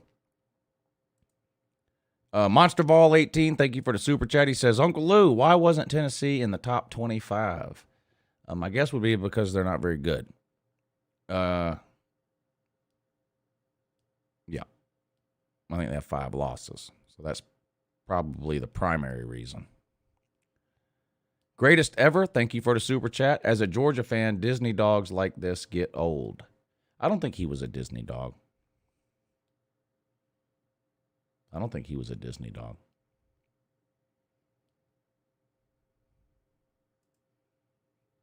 Jacob Watson, I was the one that timed you out. Not because you were typing in all caps, which is annoying as hell. I'm the only one that's allowed to do that here. I timed you out because you spelled your wrong. Don't do that. Don't troll, but then use the wrong version of the word your. Don't do that again. Good morning. You're on with Uncle Lou. Lou, I'm here to panic. You're here to what? So I'm here to panic. Panic? So I'm a senior in high school, right? So I'm applying to colleges, and the school that I would want to go to the most for sports broadcasting is Texas. So I've never really cared much about Texas, but since I want to go there for school, I've watched them this year, and I'm like, I'm going to root for Texas. I guess I'm an honorary Texas fan this year. How are they going to survive in the SEC? Well, I don't think they are. Well, I don't know what you mean by survive, but if they were in the SEC right now, they would be. I mean, they would be horrible. I mean, they wouldn't make a bowl this year. They're not going to make a bowl anyway. They're not going to make a bowl anyway. I mean, they've lost 5 games in a row for the first time in 70 years. They have lost 5 games in a row for the first time in 70 years. You got to go all the way back to the 1950s to find a 5-game Texas Longhorn losing streak. Now, we don't know when they're getting in the SEC. I was hoping it would be next year, But now I'm starting to hear from a lot of places that it might not be next year. It might be 2023. Well, so I don't know what else Texas is going to be in 2023. I mean, Sarkisian, I hate to, it does seem like there are some personality problems on that team because Texas is extremely talented. I mean, they have a top 10 roster in all of college football. It seems like there are some personality clashes between Sarkisian and the staff that he brought in and some of the players. And you see that sometimes. You know, a certain coach runs things a certain way. Maybe he's easier on the players in certain areas, and then a new staff comes in, and they're hard on the players in those areas, and the players don't like it. There's something going on there. It's not just that Texas is this bad. There's something going on, and it could be a situation where you see a bunch of players transfer at the end of this year. So I'm not throwing Texas away like they're going to be a 5-win team for the next 10 years, but if they were in the SEC right now, they'd be horrible. I mean, that's obvious. They would be absolutely terrible. Well, back to them when they'll join the SEC, and this is what terrifies me. They have a home and home against Alabama the next 2 years. Well, maybe they play them at home. They play them in Austin next year, and they play them in Tuscaloosa the year after that. Yeah, I have some questions about that. Georgia's got a home and home schedule with Oklahoma. Well, that's going to go away the second Texas and Oklahoma enter the SEC. That's not going to mean anything. Those games are going to go away. So if Texas were to join the SEC in 2023, would they just play Alabama at home next year and then not when they get into the SEC? It's possible, depending on how the SEC divides the teams, because we still don't know what the SEC is planning to do. If it's just two divisions, then probably, yeah. If it's just two divisions, then yes, Texas and Alabama will still play because in theory they'll both be in the West. But they're talking about moving Alabama and Auburn to the East, so who knows? Georgia's supposed to play Oklahoma, I think, in like 2024 and 2025. Forget that. That doesn't even matter anymore. Georgia's going to play Oklahoma whenever the rotation comes around. That home and home series is out the window. Well, I'm really in favor of the pod scheduling because the way it would be set up is it'd be as close to regional as possible. So the format I saw is in the first one you'd have Texas, Oklahoma, Arkansas, and A&M, and then you'd have LSU, Ole Miss, Mississippi State. And Mizzou. we've all seen that, and I like the pod game too because then you only have to wait a maximum of 2 or 3 years to play every team. So I like that aspect of the pod system because right now in the SEC, Georgia plays Alabama once every 7 years. We play LSU once every 7 years. We play Ole Miss once every 7 years. I don't like that. So the pod system solves that. You play every team a minimum of once every 3 years. My issue with the pod system is how do you come up with an SEC title game? You got to stop interrupting me. But my issue with the pod system is how do you determine the SEC title game if there's 4 divisions? That's what I need to have answered for me. You could do a semifinal. No. They're already expanding the playoffs, which means teams are going to be playing 16 and 17 games.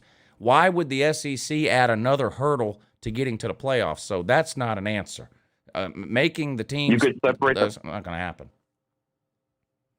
You could separate. I guess you just have. Well, you could have 2 of the pods in the same division, and then just pick a division winner. Maybe, I don't know. But then you wouldn't be playing. That's the only question I have about the pods. I do like the idea of playing every team once every 3 years, I believe it is, instead of the way it is now, which is once every 7 years. I don't like that. Yeah, well, they'll figure something out. They'll have so much money that, they'll just have a bunch of money. They'll figure something out. Yeah. I will say, I'm not a Georgia fan. I really don't care much for Georgia. But before last season even ended, I said Georgia will win the national title, and everyone said I was an idiot. Nope, turns out you were right. The reason I said they would win it was because I'm like, well, they always have an elite defense, but I'm like, I guess before I go, does Cincinnati have any chance to win a playoff game? Yes, depending on the matchup. Of course they do. With 3 weeks to practice, yes, we've seen this before. We've seen Central Florida beat Auburn. We've seen Cincinnati almost beat Georgia last year. Yes, with 3 weeks to prepare, depending on the matchup, Cincinnati does have a chance to win a playoff game. The other point is this.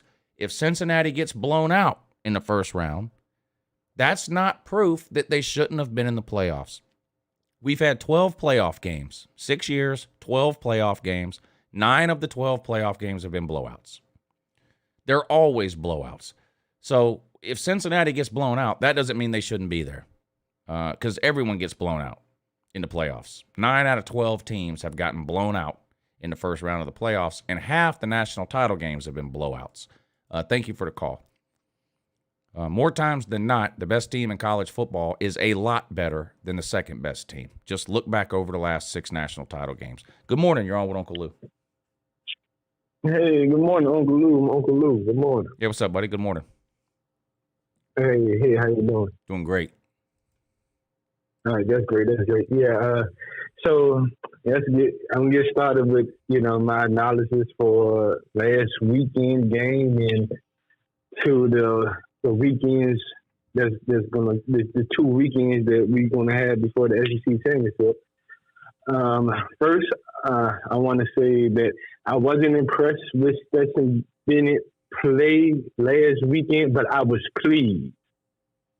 So he played okay. I feel like he didn't complete a very high percentage of passes. I think he was around 55 or 60%, which is not great in today's college football. Elite quarterbacks are completing 65 to 75. He wasn't good on third down, which has been a trend for Stetson Bennett. He's been terrible on third downs, actually. But he didn't make any boneheaded plays. I think he held the ball too long on a couple of times and got sacked. He had the one pass to Brock Bowers down the sideline that if he makes a good pass, it's a touchdown. Instead, he throws it out of bounds. But he didn't play bad. He had the touchdown run. He had a couple other scrambles. So he didn't play terrible. But he wasn't great. So, apparently, me and you, we can see football. We love Georgia. Can we pretty much say that Stetson Bennett is pretty much our quarterback? So we can just stop all of the rumors and all of the conversations so we can move on? Yeah. So, I think so, too.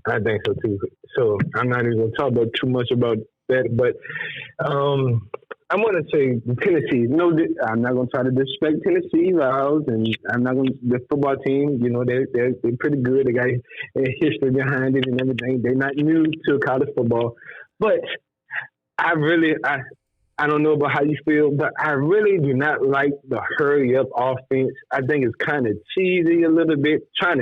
Basically, you're trying to catch a defense off guard when they're not looking, when you're not, when they're not prepared, you're not really manning up with them. That pretty much shows that you don't have the confidence to go head on because you don't have the talent that the other team has. It's like if you boxing. It does seem like a gimmick. It does seem like a gimmick. It does. Yeah. I don't like it. And if I was a defensive player, a high-touted defensive player, I would not go to Tennessee because I'm not going to keep running on the field and doing double work. Then my offense not really helping me out. I have to keep on running. So I would not. I wouldn't do it. I don't think it's good for also. I also think every team runs a version of a hurry up, right? A 2-minute offense. Yeah, right. Lots of teams. There's a difference between that. Everybody runs a no huddle now. There's a difference between that and trying to run a play every 6 seconds. I mean, you can even see the Tennessee players like. The only thing that's going through their mind at the end of a play when they're laying on the ground is let me get up and run back to the line of scrimmage as quick as I can, so we can snap the ball. And once or twice a game, you catch the defense out of position or they have to waste a timeout or whatever. But it seems a little bit like a Georgia Tech running the option or something like that. It's basically saying we can't line up with you and go toe-to-toe, so we're going to try to trick you and catch you napping or sleeping. Yeah. Now, I don't think it's going anywhere. I think you're always going to have a few teams that try to do that. But I don't know how Yeah. successful that's going to be in the SEC. I really don't. I mean, Oregon It- blew it- everybody it's out not. by 40 points for years under Chip Kelly. Mm-hmm. And then every single time they played an SEC team, they lost. They lost to Auburn. They lost to LSU. I mean, you just go down the list. Talent Mm-hmm. is going to win the majority of the time over a gimmick. Yeah. Foosball, not football, but foosball. Yeah. It's and you can see it in the Tennessee offensive line. You can tell they like, do I really have to? Like, can I? It just looks crazy. And Yeah. like And the other thing is, when it doesn't work and you're going 3 and out, horrible. You're putting your defense right back. Georgia's got an 8-minute drive, or whoever gets an 8-minute drive. Tennessee's offense comes on the field. They go 3 and out. Okay, that took 40 seconds. Now your defense is right back on the field. So against an inferior team, especially, one of those hurry-up teams can run the score up because you're successful with it all the time. But on defense, when you stop that and Tennessee goes 3 and out, or even if they get, one first down, and so they run 4 or 5 offensive plays and then have to punt, and you're putting your defense right back out on the field, that's where it really starts to catch up with a team that tries to do that, because not only then are you wearing, you're trying to wear the opposing team's defense down, but what you end up doing is wearing your own defense down. And you've seen that in a lot of Tennessee games this year. Look at the Alabama game. Tied in the third quarter, and then Alabama wins by 20 or 30 or whatever it is, because Tennessee was just give out in the fourth quarter, So it's feast or famine. Yeah. and my favorite play, even though I don't think we scored, but my favorite play, I think they stopped it right before we was about to hike the ball, but number 63, but I think it was the 2 minute. But I don't know if it was the 2 minute, but I know that a 2 minute right before half. That was our best drive. But 63, the lineman, he was telling them, "Come on!" He was raising his arm to the offense. If they want to go high speed offense, we can go too. That was a very monumental moment, and I just knew we had them in. I knew, these dogs, really started hunting after that. Yeah. But let me ask you, what do you think that made James Cook really take off? What do you think? A play calling. Look, Okay. it's great to have a bunch of talent, because I really like it. It's great. It's great to have a bunch of talent, but one of the downfalls of having a bunch of talent is that you don't have one guy putting up ridiculous numbers every single week, right? I think everyone has known for a long time that James Cook has the ability to run the ball, catch the ball out of the backfield, line up in the slot. In the Tennessee game, not only did he line up in the slot multiple times, he lined up at a wide receiver position on the line of scrimmage, the last wide receiver, the widest wide receiver. So I think we've all known he sort of has the ability to do that, and I think Todd Monken does a good job depending on the matchup, who we're playing, what kind of defense they happen to be playing. Okay, this game, Brock Bowers is going to go for 120 and 2 touchdowns. The next game, Brock Bowers is going to have 2 catches for 10 yards, but James Cook is going to have 110 yards rushing and 60 yards receiving with 3 total touchdowns. And then the next week, Zeus is going to go for 115 and 2 touchdowns. The week after that, Zeus rushes for 40 yards, but Lad McHonky has 80 yards receiving and 3 touchdowns. It makes it hard for your opponent next week to go, okay, who do we need to focus on? Who do we need to shut down? If you were a defensive coordinator planning against Georgia, who do you try to shut down? Because that's what every defensive coordinator wants to do. They want to take away a team's best option. What is Georgia's best option offensively? I can't even name it, and I watch every second of every game. It's somebody different every game. So it makes it where, a guy like James Cook's never going to have a 2,000-yard season at Georgia, or Zeus, or anyone else, But when he needs to have a big game, we can draw it up for him to have a big game. And the same with Brock Bowers and whoever else you want to go on down the list. I would right now, the way Georgia runs its offense and its program, we're never going to have a Heisman winner, but I'm okay with that. I'd rather win a bunch of games and hopefully a national title at some point. than to have a series of Heisman winners. But and I think a lot of these kids who are committing to Georgia, especially the running backs, know that. There ain't a running back committing to Georgia going, you know what, maybe I'll win the Heisman. No, they know they're going to run the ball 8, 9, 10 times a game, and they know they're going to get drafted. That's what they know. And that's why they come to Georgia. They're not going to run the ball 25 and 30 times a game like some of these other teams do that only have one, really good running back. They're going to run 8, 9 times. They're going to have a lot less miles on their tires when they get to the NFL. The NFL loves that. And so I think it works out. Yeah, I think it works out. I think so too. And another thing, now, can you believe this? But before that, when I watched the Tennessee game Saturday, they was when we were setting up and about to call the play, it wasn't a lot of times the fan base wasn't making the noise. They still had music blasting from the speakers as we trying as Stetson.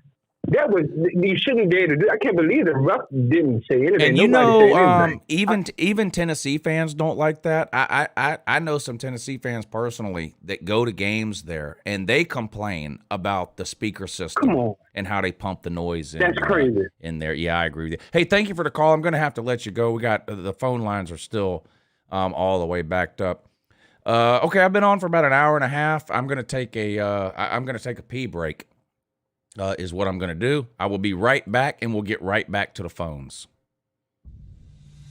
Yeah, and I've set up and tore down this stage with my own 2 hands. We've traveled this land, packed tight in minivans, and all this for the fans, girls, money, and fame. I played their game, and had to scream my name. I will show no shame. I live and die for this, and if I come off soft, then chew on this.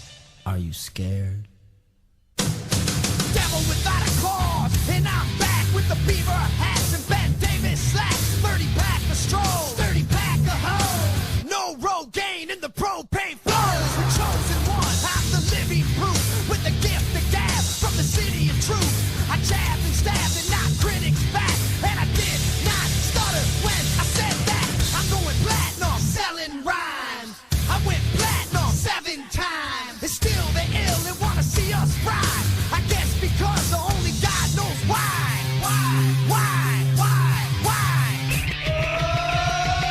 They call me cowboy, I'm a singer in black, so throw a finger in the air, let me see where you're at. Say, hey, hey. Let me hear where you're at. Say, hey, hey. I'm giving it back, so say, hey, hey. Show me some metal and say, hey, hey, hey, hey. Fuck all y'all. I like AC/DC and ZZ Top. We'll see this beasties and the kings on rock. Skinner, Seeger, Limp, Corn, the Stones. David Allen Cole with No Show Jones. Yeah! Pass that bottle around. Got the rock from Detroit. Soul from Motown. The underground soul. Fucking pimp. With tracks that Mac and slap back the whack. Never gain away. I don't play with ass. But watch me rock with Liberace Flash. Pump rock the class. Boy bands are trash. I like Johnny Cash and Grandmaster Flash. Flash, flash, flash, flash. They call me cowboy, I'm a singer in black. So throw a finger in the air, let me see where you're at. Say, hey, hey. Let me hear where you're at. Say, hey, hey. I'm giving it back, so say, hey, hey. Show me some metal and say, hey, hey, hey, hey. Yeah, I saw your band jumping around on stage like a bunch of wounded ducks. When you gonna learn, sucker? You just can't fuck with.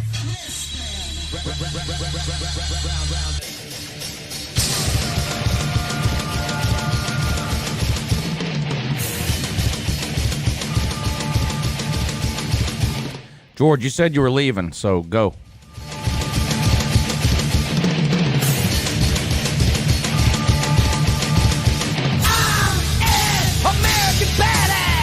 Uncle Lou would probably cheer on an injury. That's fake news. I'm not a Tennessee fan. Like amazing grace. I'm gonna fuck some hoes after I rock this place. Super fly, living double wide. Sidecar, my glide, so Joe C can ride. Full sack to share, bringing flash and flare. Got the finger in black, so throw a finger in the air. Let me see where you're at. Say, hey, hey. Let me hear where you're at. Say, hey, hey. I'm giving it back, so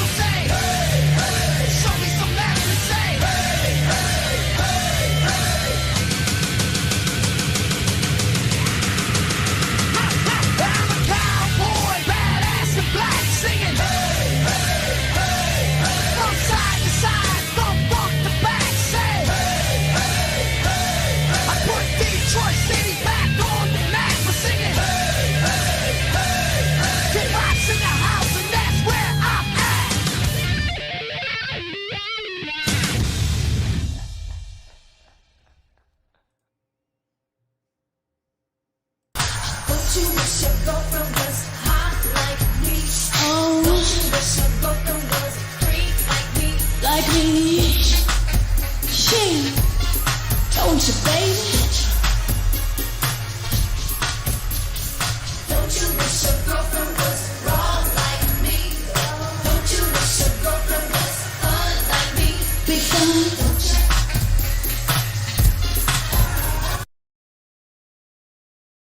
All right, we're back. 706-786-4481. 706-786-4481. Sorry for the brief timeout, but it is what it is. Good morning. You're on with Uncle Lou. Hey, Lou. What's up? I was wondering, how do you think Tennessee fans are going to get the goalposts out of the stadium into the river? How do I think they're going to do it? I have no clue. You'd have to ask them. There's the one that said it. I was just wondering how they were going to do it, but I guess they won't have to. I mean, I'm assuming you would tear them apart, but again, you'd have to ask them. You'd have to ask one of the mustards. I have no clue what their plan. I don't know what their. I know what the plan was, but I don't know the details. I know their plan was to carry the goalposts out of the stadium and throw them in the Tennessee River, but I don't know the details. You'd have to find some Baltards and ask them. Or try. Yeah, it's not hard. There are a bunch of them in the comments section. Thank you for the call. Good morning. You're on with Uncle Lou. Hey, Uncle Lou, it's John. What's going on? Hey, John. What's up? I'm doing good. How are you, buddy? Before I get to my point, I want to just say one thing. These Tennessee fans, they're like the most delusional fans in the country. I can't stand it no more. I don't know how you do it every week. Well, it's entertaining to me because when you do what I do, there's certain things you need. And having Tennessee fans hype themselves up every single January through August is good for me in a business sense. So I love it. Better. Yeah, it's like Texas. I love that there's a bunch of Texas fans. The fact that Texas is shitty is just the icing on the cake. Remember they beat Georgia the other day? We're back. Yeah, how did that work out? Well, they're back every year, regardless of who they beat. They were back when they hired Pruitt. They were back when they hired Pruitt.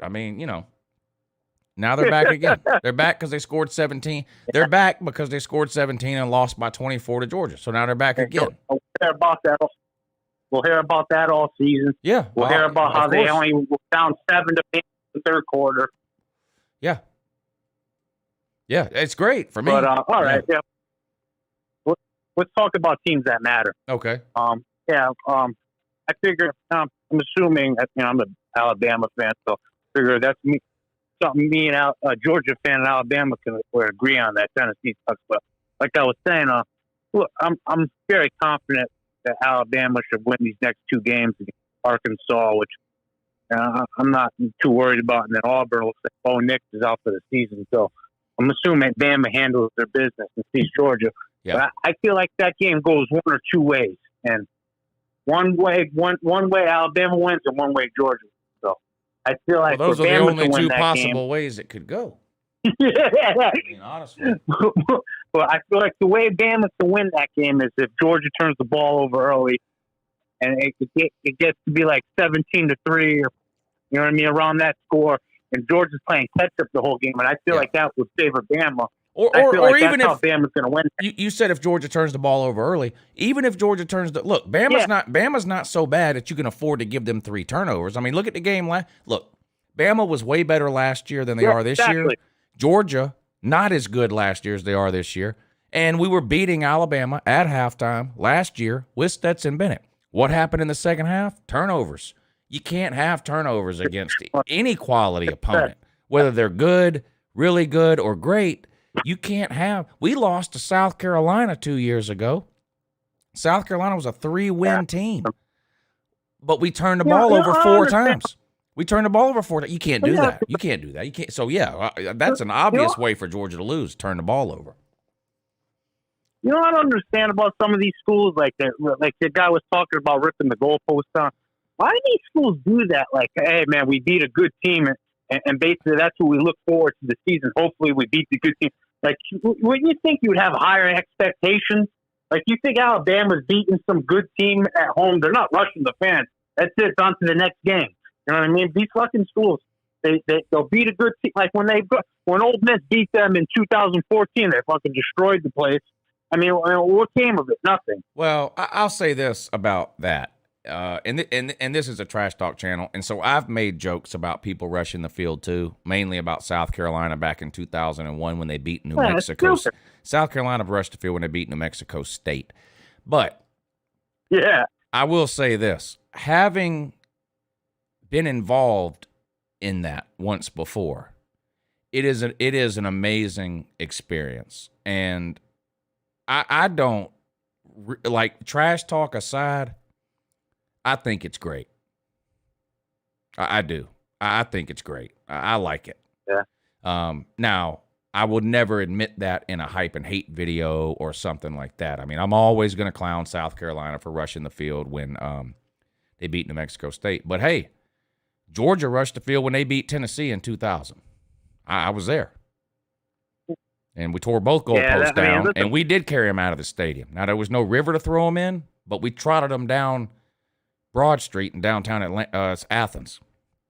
So, and it's an amazing experience. And at the end of the day, even though this is a trash talk channel, we're just all diehard college football fans here, and it's part of the tradition of college football. I get it that a team like Alabama is probably never going to rush the field, and that's okay too. Never. That's okay too. But there aren't very many programs on earth that have the history of Alabama. You know what I mean? Georgia had lost to Tennessee 10 times in a row or whatever it was, and it happened. Baylor beat Oklahoma. It happened. You mentioned an Ole Miss situation. It happened. It's an amazing. Yeah. It's an amazing. Now I'm 45 years old. 43. I wouldn't participate 45. In it now because I'm too. I'd get run over. I can't even jump. I can't even hop the fence now. But, I wasn't 43 in the year 2000, okay? I was, I graduated high school in 96, so I was 21, 22 years old. It was an amazing experience. And had Tennessee beat Georgia last week, it would have been an amazing experience for those Tennessee fans. Not only to be there for that game, but the experience of rushing the field. It is a once-in-a-lifetime experience for most, for the people that get to do it. And most people never get to do it. They would still be on that field right now if they won that game. Yeah. People I'm telling you, in 2000 when we beat Tennessee, there wasn't a thing on that field that wasn't carried out of the stadium. Benches. I remember. Water coolers. I was 8 years old. The down markers. I saw people measuring first downs in downtown Athens at 2 a.m. I mean, it was an unbelievable experience. Helmets, gloves, cleats, you name it. Because the teams head for the hills when that shit happens. Now, Georgia did stay on the field for a little while. I walked right by Jim Donnan. I high-fived Quincy Carter on the 50-yard line. They stayed on the field for a little bit, but then they get the hell out of there, and everything is left on the field. The pylons in the end zone, all that shit gets taken. So it's all gone. And then you go downtown, and you're walking down the street, and you see a guy walking by with a huge Gatorade cooler, and then 5 minutes later, you see a guy walking by with a down marker. It's a once in a lifetime experience. Yeah. No, it really. It's not. Listen, I'm a huge NFL fan, but I get way more fired up for college too. So yeah.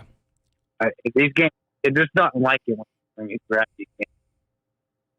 It's amazing. Like, you don't see pro stadiums 100,000 deep, fired up fans, music blasting. So it's a great atmosphere. But like I was saying before, the way I think Georgia,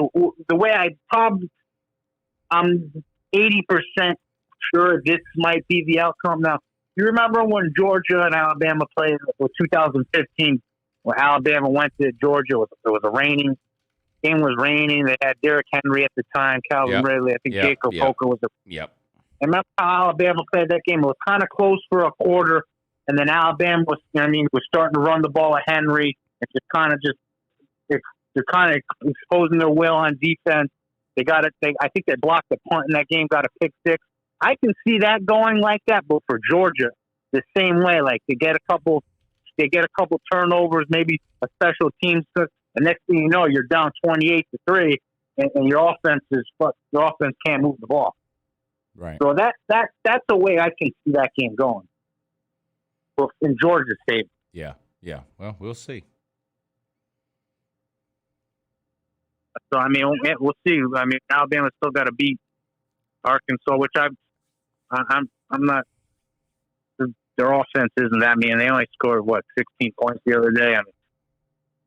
I mean, that game's at home, so I'm not worried about it. Auburn's always tough to play there, but Bo Nix is out.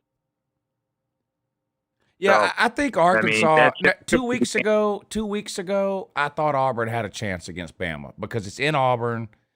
Let's be real. Yeah. Bama has struggled there lately. I mean, they haven't won there since 2015. Auburn was looking pretty good a couple of weeks ago. Now they're not, and they're down Bo Nix. So I actually think – now, I don't think Bama's losing either game, but I actually think now the Arkansas game is a bigger roadblock than the Auburn game now. I don't think you're going to lose either one, but I'm just saying – I would be more, as a Bama fan, right. I'd be more worried about Arkansas now than even Auburn. I wouldn't be worried at Auburn at all at this point. I don't think Arkansas, their quarterback's pretty good. I just don't think. I think that game. I think Alabama. It might be close for a half. I think that Alabama will pull away at the end, and that seems to be the common theme with them this year. They can't just. I mean, maybe besides Ole Miss, where they just punched him in the mouth. I mean, this guy Lane Kiffin going for it on 4th and 2 on their own 20. Right. I mean, hey, I think Ole Miss probably would have beat Auburn if the guy just kicked field goals. Huh. Just kick a field goal. Yeah. And then you're not playing catch up. You're losing. You're giving up points. I don't understand these guys and these analytics, like, these percentages are, we go for here, we get it. Just kick a field goal. So that's why him and Saban, sometimes they clash heads. Right. And stuff like that. I mean, I think if Ole Miss was healthy, though, I think that would have been a tougher game for most teams. They've been banged up all season. Yeah, I don't think Bama's losing until the SEC title game. But, hey, thank you for the call. It was good to hear from you. Good morning, but you're on with Uncle Lou, though. Hey, Uncle Lou, good morning. Hey, what's up, buddy? Hey, man, I'm just now getting in on the show. I'm running late, so forgive me if you touched on it. I was out at the burn barrel earlier today, burning some trash, and I got thinking about Georgia's quarterback situation. And I just kind of resigned myself that, it's Stetson is the dude. I'm sorry, I know I'm wearing you out, bro. Stetson's the dude. We got to ride with him. And, I don't know if we'll see JT unless it just gets real bad. I'm going to say that. I'm going to move on real quick. I want to talk about the poverty that's going on in some of these college programs like Florida, Oklahoma. They've reached a new level of poverty. Yes. And you said your age earlier. You're probably old enough to remember. Remember that overweight blonde gal that used to do the third world? They showed the little starving kids, wouldn't give them a sandwich. They're like, hey, send 30 cents and the kid could eat like a bologna sandwich. Yep. I'm like, just give the kid one. But, that's the kind of poverty I'm seeing in Oklahoma, Florida. I mean, that's just beyond American poverty. That's just a whole new level. That's third world poverty there. Oh yeah. I mean, like I said, man, it's atrocious. But yeah, man, it's one of them days. I appreciate you sharing the story about storming the field because I was a part of that. I grew up here. Well, I originally grew up in Georgia, but we came here to Southern Illinois University back in '83 when they won the national title. In their last home game before they went to the final. And of course, they tore down the goalpost after every home game, and drug them down to what they called the strip. And like you said, anything that you could get your hands on that were on the field, you took. I remember I grabbed the goal line marker, little pylon, cop snatched it out of my hand, but I found the 10-yard marker. and I put it underneath my trench coat and walked out with that. Yeah, yeah. And I had that for about 20 years, moved out, and went to college, and my mom sold it away. I'm like, damn, really? You threw away some history. But you're right, man. That's a once-in-a-lifetime thing. And I don't know why they find these schools. I understand maybe it's a safety issue. I don't know. But, dude, I love to see that. Love to see that. Do too. But that's all I got, man. Like I said, I was out burning trash and thinking about Georgia's quarterback situation. Yeah, I'm not going to get going on that today, but thank you for the call, though. I appreciate that. People are talking about Baylor rushing the field with 3 seconds to go, this past weekend, and they had to clear the field off to do the last 3 seconds or whatever. That Georgia-Tennessee game in 2000, we were on the field with a minute and a half left in the game. Georgia was up by, I forget, a touchdown or 10 points, whatever it was. But Tennessee had the ball, so technically they still had a chance. They threw an interception. And before the Georgia defender who intercepted the pass, before he even got tackled, there was people on the field. And it took 10 or 15 minutes or whatever to clear the field. And then they had to play the last minute and a half. And for the last minute and a half of the game, one of the goalposts was already halfway down. It was unbelievable. It was crazy. Good morning. You're on with Uncle Lou. Lou, sir, how are you? Slim Shady Canes. What's up, buddy? I've had better days. Uh-oh. Tell Uncle Lou all about it. Well, no, it's not woe is me, but it's just these Miami fans will suck your enthusiasm out of a football season. They really will. Yeah. And I find it funny. Yeah, normally I agree with you on the whole sentiment of, when a university decides to part ways with somebody, that's just a nice way of saying that they fired them. Yeah. I would agree with that in this situation because, everybody's celebrating that the university put out a statement saying they fired the athletic director. And I would agree with the assumption normally, but like a month ago, it was leaked that he wasn't returning next season. So everybody knew he was already gone. And let me ask you this, and I know you're not one of the people beating the Fire Manny drum, but let me ask you this, though, and you can answer on behalf of the people that are. Now that Miami has no athletic director, who is it that they think would be hiring a new coach? I mean, you can't fire your athletic director, and then before you find a new one, hire a football coach, and then hire a new athletic director. The new athletic director is going to want to hire the football coach. Well, they haven't even fired Manny yet. That's coming. I think that's a foregone conclusion at this point. Who's going to fire him, though? There's no athletic director. Well, they're already throwing names around. Some of them are already in, the beat writers are already writing stuff up about it. I mean, the fan base wants, in typical fan base fashion, they want somebody that used to play there. Now, to their credit, Alonzo Highsmith has spent the better part of the last 20-odd years working in the front office for the Browns. Right.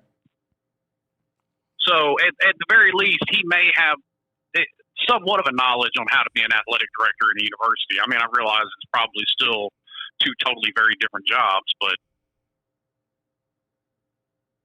I don't know. I was talking to a buddy of mine today. It's another Miami fan that lives in Nashville, and it dawned on both of us. It's fixing to be coach number 6 in 18 years. Yeah, and that's just not a recipe for success. Vic Tube says Ed Reed for athletic director. Oh, good God. I have never heard a more brain-dead statement in my life.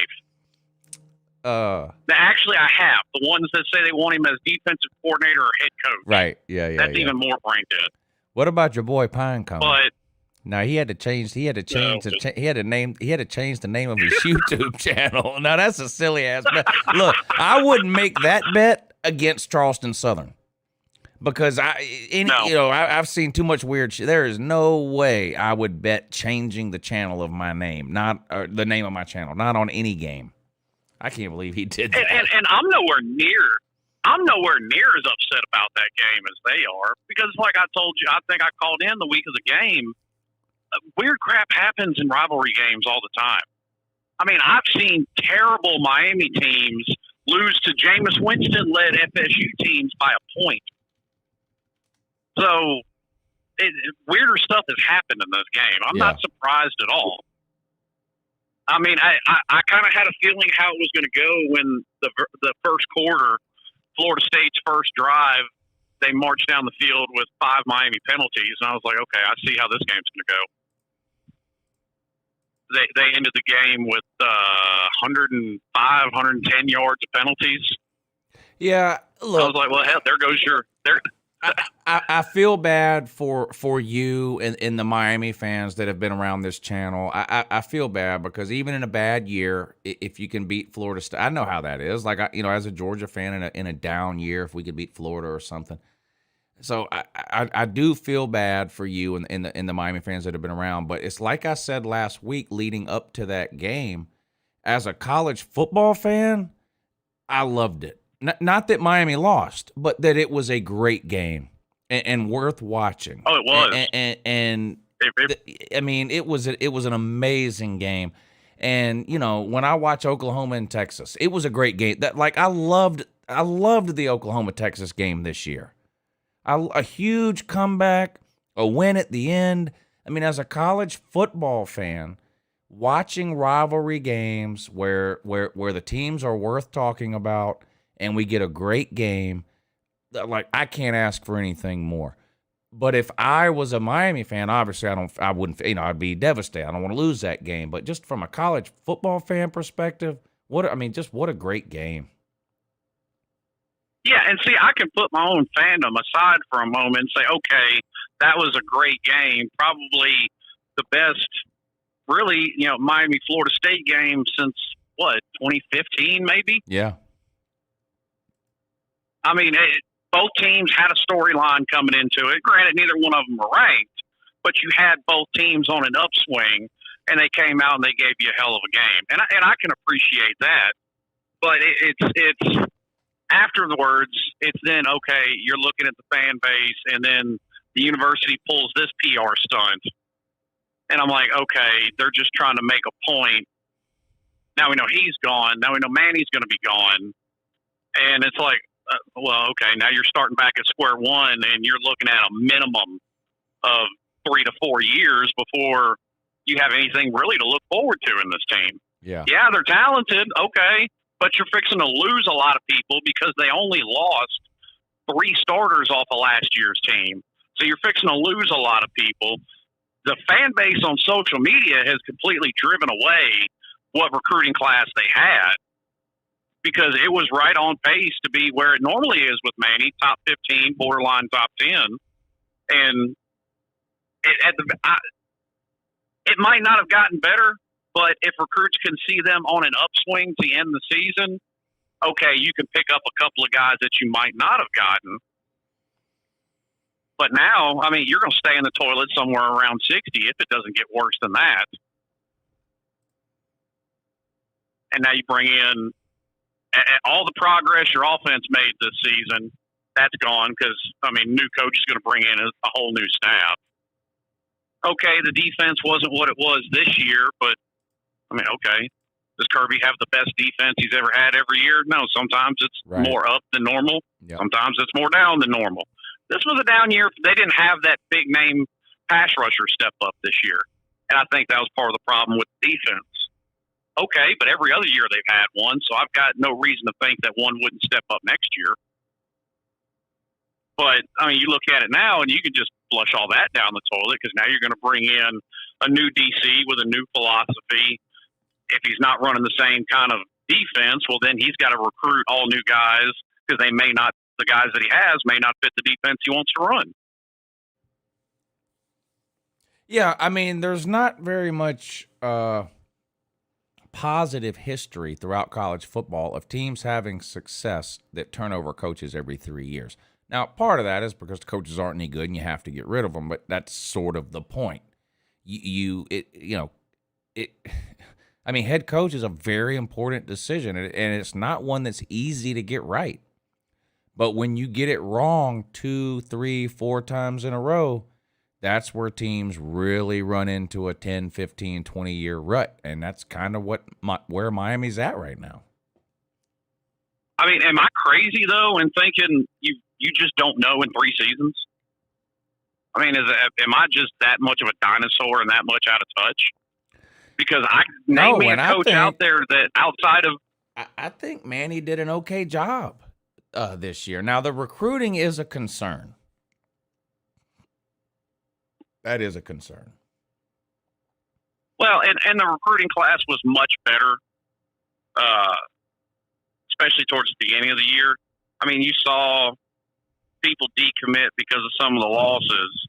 But like I said, if you've got things turned around, you can turn that recruiting class around. I mean, that's not unheard of at all. Yeah. Yeah. And like I said, he's managed worse. Yeah. I mean, he pulled in what was it, the 12th or 13th ranked recruiting class off a 6-6 season. Right.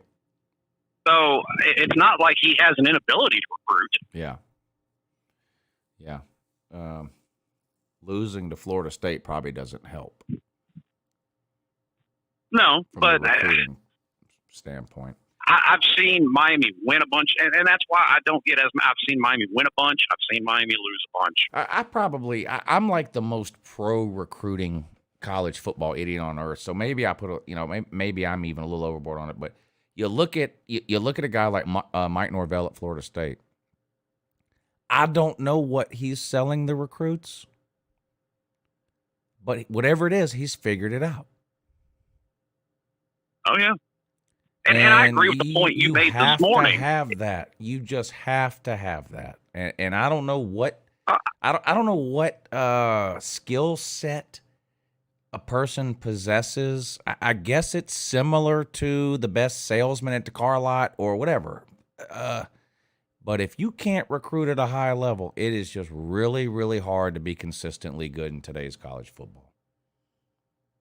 Now, I agree with the point you made this morning that, Nick Saban as head coach and Kirby as DC, they wouldn't win with Vandy's roster. I completely agree with that. But, I mean, flip side of that, take Oregon. I mean, Mario Cristobal's pulled in a top 5 class every year he's been there, or at least top 10. I think one of them might have been outside of the top 5. But, I mean, yes, they're highly ranked, but everybody, much like Miami in 2017, you can see that that's a very fraudulent team. Right. So, it coaching does matter as well. Oh, yeah, for sure. Yeah, you got to have good position coaches and coordinators. And, yeah, I don't think the coaching doesn't matter at all. I just think that even the best coaching in the world is going to lose to a more talented team 99% of the time. Yeah. Yeah. And I've told Miami fans this. I said, I'm not a big X's and O's guys. I find it really boring. But I do pay attention to trends in college football, and something I've noticed that happens 99% of the time. That's why I told them, be careful what you wish for. I said, whatever Miami's record is this year, they're going to have a worse record next year, regardless of who they bring in. Yeah. I mean, are y'all losing a lot? Are y'all losing a lot of what you do have this year? What about the Rambo guy on offense? What class is he? Is he? Oh, Rambo's going to the NFL. I mean, he's on pace. I think he's 14 catches away from breaking the single season catch record. Yeah, I knew he was really, really good. I just wasn't sure if maybe this was only his second year, so he had to come back or something. I didn't know. Yeah, he's no. I mean, he could stay if he wants to. I highly doubt it. I think he'll go to the NFL, especially with a coaching change. Yeah, I highly doubt he would come back. I mean, they've got other receivers. They've got talent, but it's just the simple fact of football that some people just refuse to acknowledge or don't understand. When you overhaul your entire coaching staff, everybody has to learn a new system, and that's going to set you back. So all the great things everybody saw out of Tyler Van Dyke this year, he's got to learn a whole new system, whole new terminology, whole new way of being taught. You can wipe all that away. Right. Now, obviously, he's still got talent. Yeah. But it's going to set him back. What's And I've seen that with many talented quarterbacks there. I mean, Ja'Cory Harris was one of the 10 best quarterbacks to come out of the state of Florida in his class, and he had 3 offensive coordinators in the 4 years he was there. Didn't amount to anything. What is Miami's big non-con game next year? Do you know off the top of your head? It might be Texas A&M. Oh, really? Wow. I didn't know that. Yeah, they've got a home and home set up with Texas A&M. They've got a home and home set up with Florida, but that's 24 and 25. They were supposed to play at Michigan State last year, so I would assume that's getting rescheduled for some point. That got canceled for COVID. Let me pull up Miami's 22 schedule and see what it is. Yeah, at Texas A&M. You're right. At Texas A&M week 2. Wow. That's a dangerous game because, they've got first-year quarterbacks this year and young offense. That's going to be a tough game for Miami. Well, and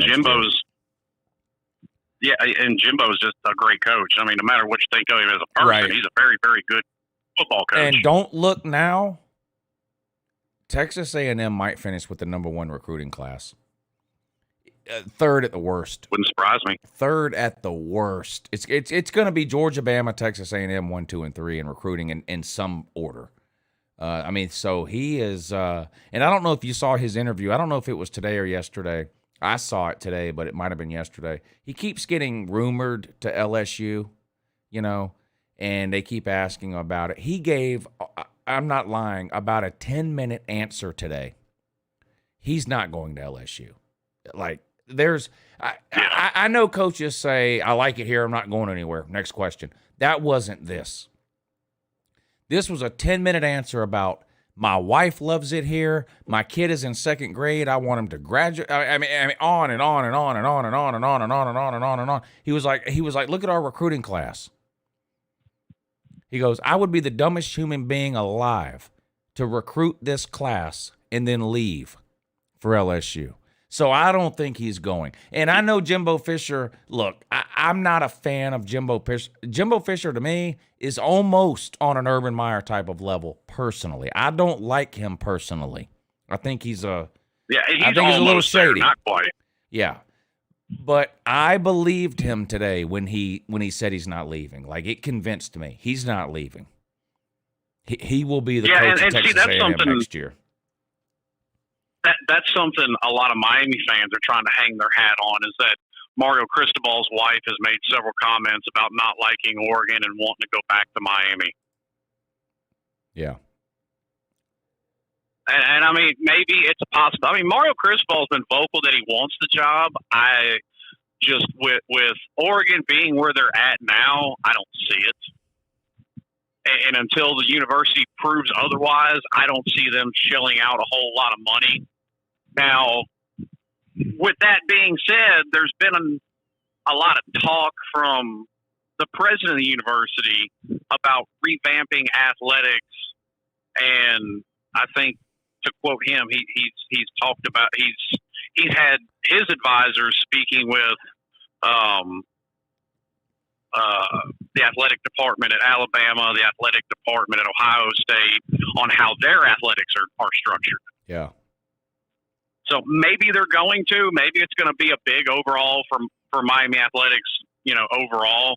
Because, I mean, they're not happy with the baseball program either. I mean, they made the college, they made Omaha like 40 years straight. Right. And then the coach retires, and they haven't made it since.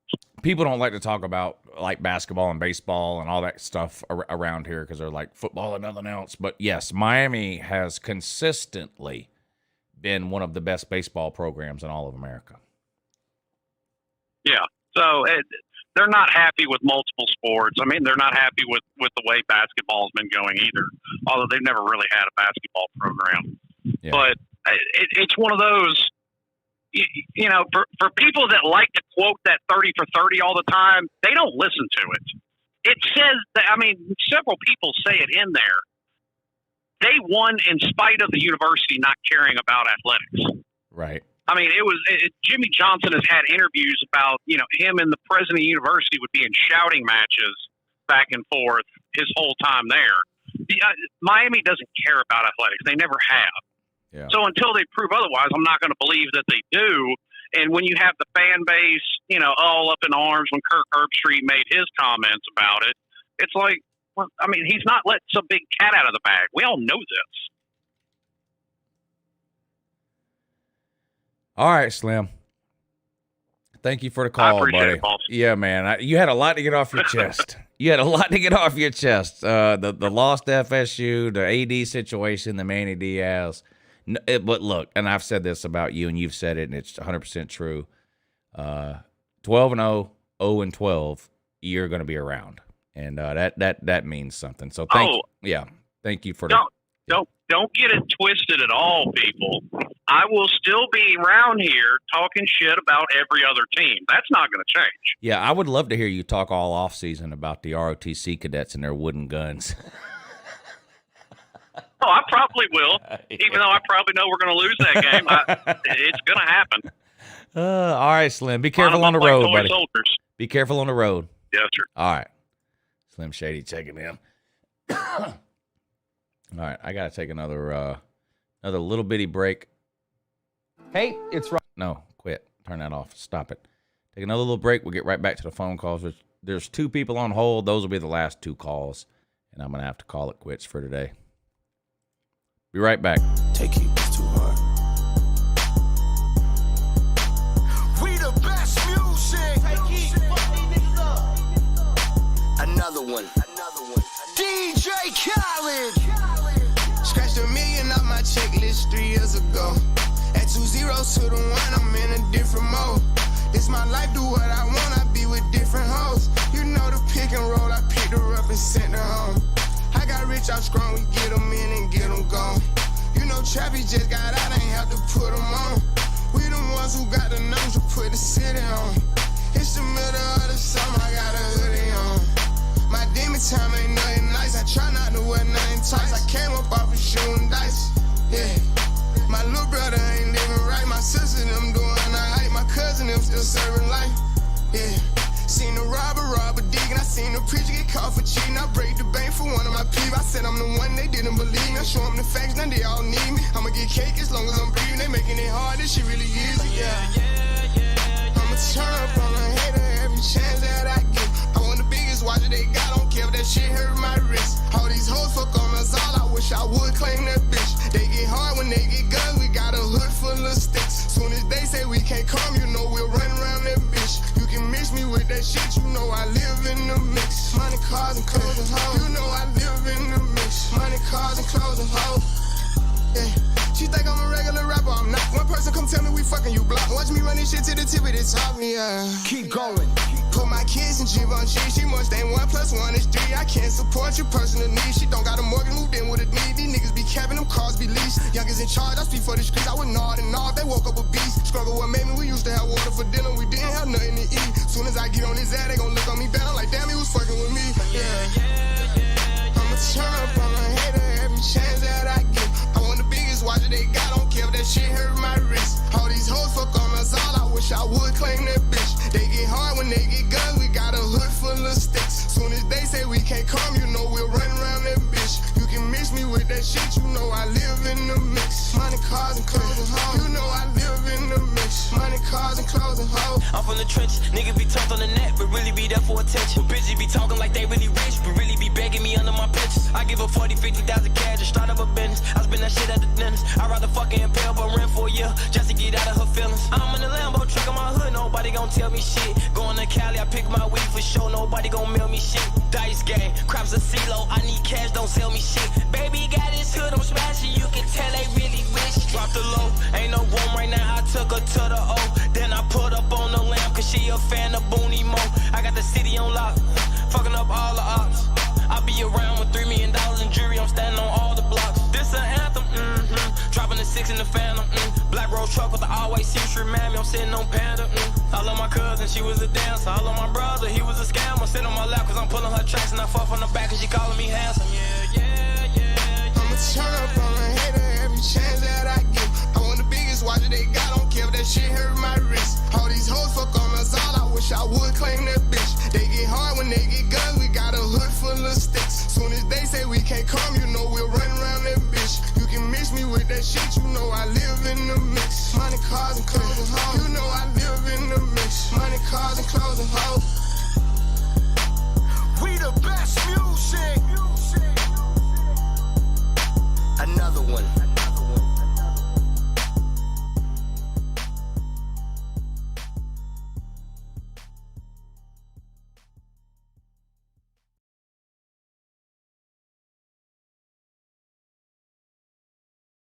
Tater man, does whatever the tater can. Runs down the hill, rubs his rock. The ukulele can suck my. Watch out, here comes the tater man.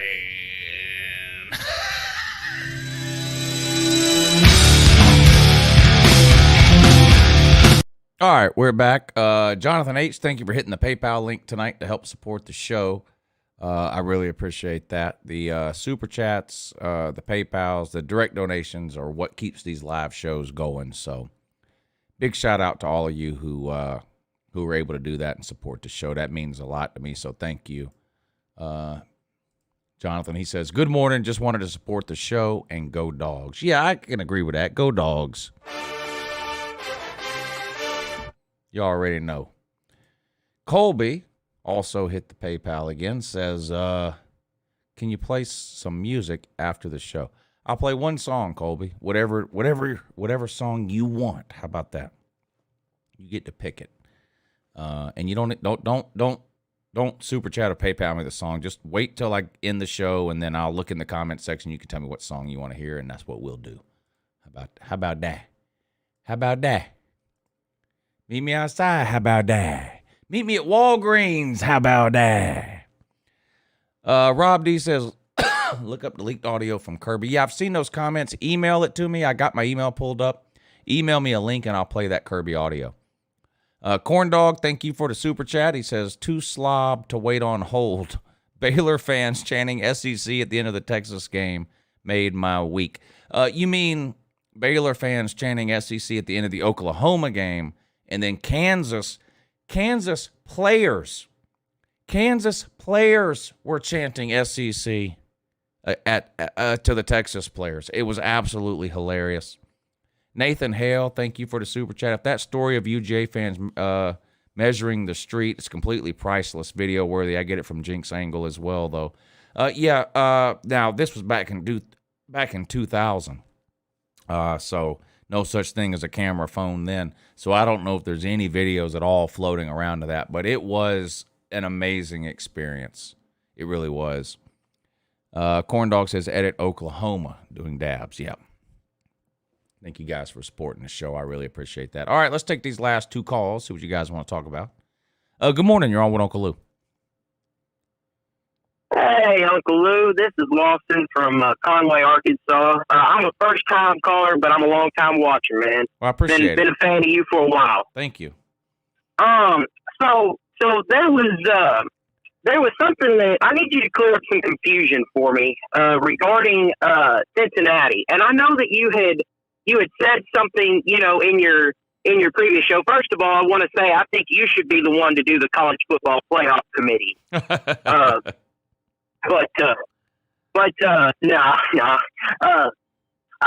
I think everybody can agree that the playoff committee is stupid. Yes. But anyway, it seems like that the one reason that Cincinnati isn't in the playoffs is because of the fact that they've had struggle wins. But it's amazing to me that they can say that, and yet Oregon can barely beat Washington, which they were unranked at the time. Washington was. They only beat them by 10 points. Right. And so I'm trying to understand. And then you have Ohio State that barely beat Maryland. And so I'm trying to figure out why. And Nebraska. Yeah, exactly. And so I'm out here. I'm trying to figure out why Cincinnati, why that's the meaning when every other team in the playoffs but Georgia has had those same struggle wins. Yeah, and even Georgia had one week one against Clemson, which was a very different team in week one than they are now. But still, you could consider that a struggle win at this point. But yeah, I mean, you make an excellent point. I mean, it's always going to be subjective, and you have 13 people in a room, and they're all going to use their own criteria to judge this or that. But there's just no way to get around the ignorance of having Oregon ahead of Ohio State, but having Michigan State ahead of, but having Michigan ahead of Michigan State. I also don't understand how Alabama is too. Mississippi State is not one of the best 25 teams. Mississippi State is not one of the best 25 teams in America. The first playoff poll that came out had Mississippi State at like 15. That was absolutely ridiculous. And they only had them there to prop up Alabama. And then Alabama went out. I mean, Mississippi State went out and got blown out the following week. And yeah, they won this week, but still, now they got Texas A&M back in a thing. Alabama has a bad loss and no good win to offset it. And they struggled to LSU last week. But they had Oklahoma at 8 2 weeks ago because they struggled. And like you point out, all the other struggles. Now, I will say this. It's kind of a weird year in that the ACC has played themselves out of the playoffs altogether. So normally, in a normal year, you'd have Clemson at 2 right now, basically. Even with that loss to Georgia, a normal Clemson team would be ranked 2 right now. I think, even ahead of Bama, you know. But Clemson has fallen off the map for whatever reason. Yeah. And then I do think Ohio State right now is playing like probably the second best team in America. But you can't just ignore the fact that they lost to Oregon. So I understand having Oregon ranked ahead of Ohio State. But then you look at Michigan State. Like, it just makes no sense. It just makes no sense at all. And that goes back. That went back to my other point of I've never understood the college football playoff committee. I've never understood the scenarios behind why they have teams in certain places. I totally agree with Oregon, you know, over Ohio State, despite the fact that Oregon, you know, as seems like they have some inconsistencies, you know, some weeks, but you know, because they beat Ohio State in a head-to-head. But like for me, you know, and you can agree with this, or you can, you know, you don't have to. But I honestly think that if Cincinnati played Oregon tomorrow, I think Cincinnati would possibly beat them, but really play them close. I couldn't agree more. And you know what? It could be that.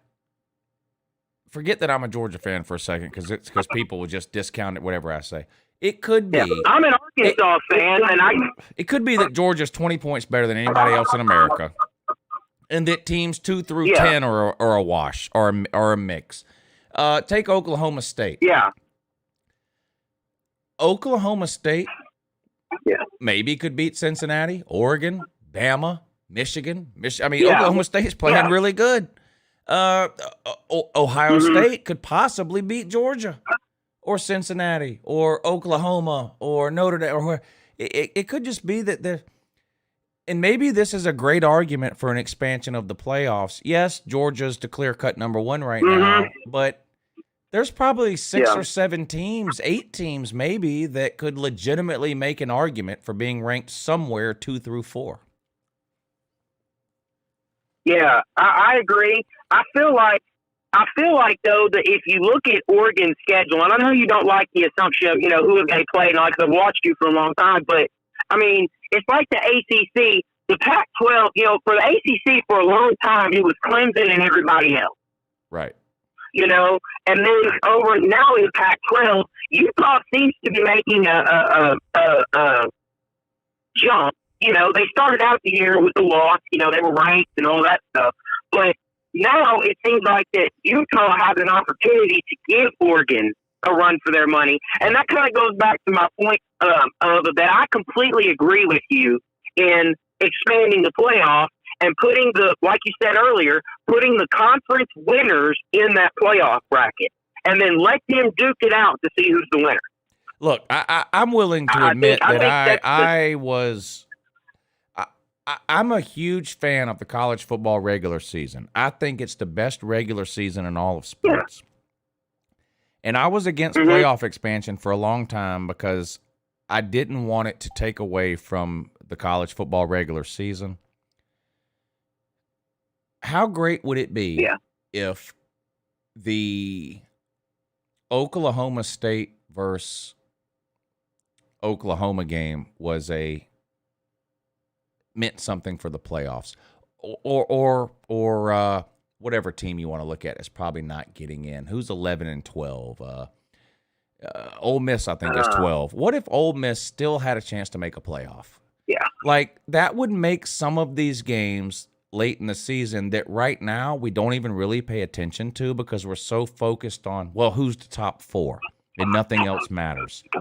It would make some of these games late in the year, I think, bigger games.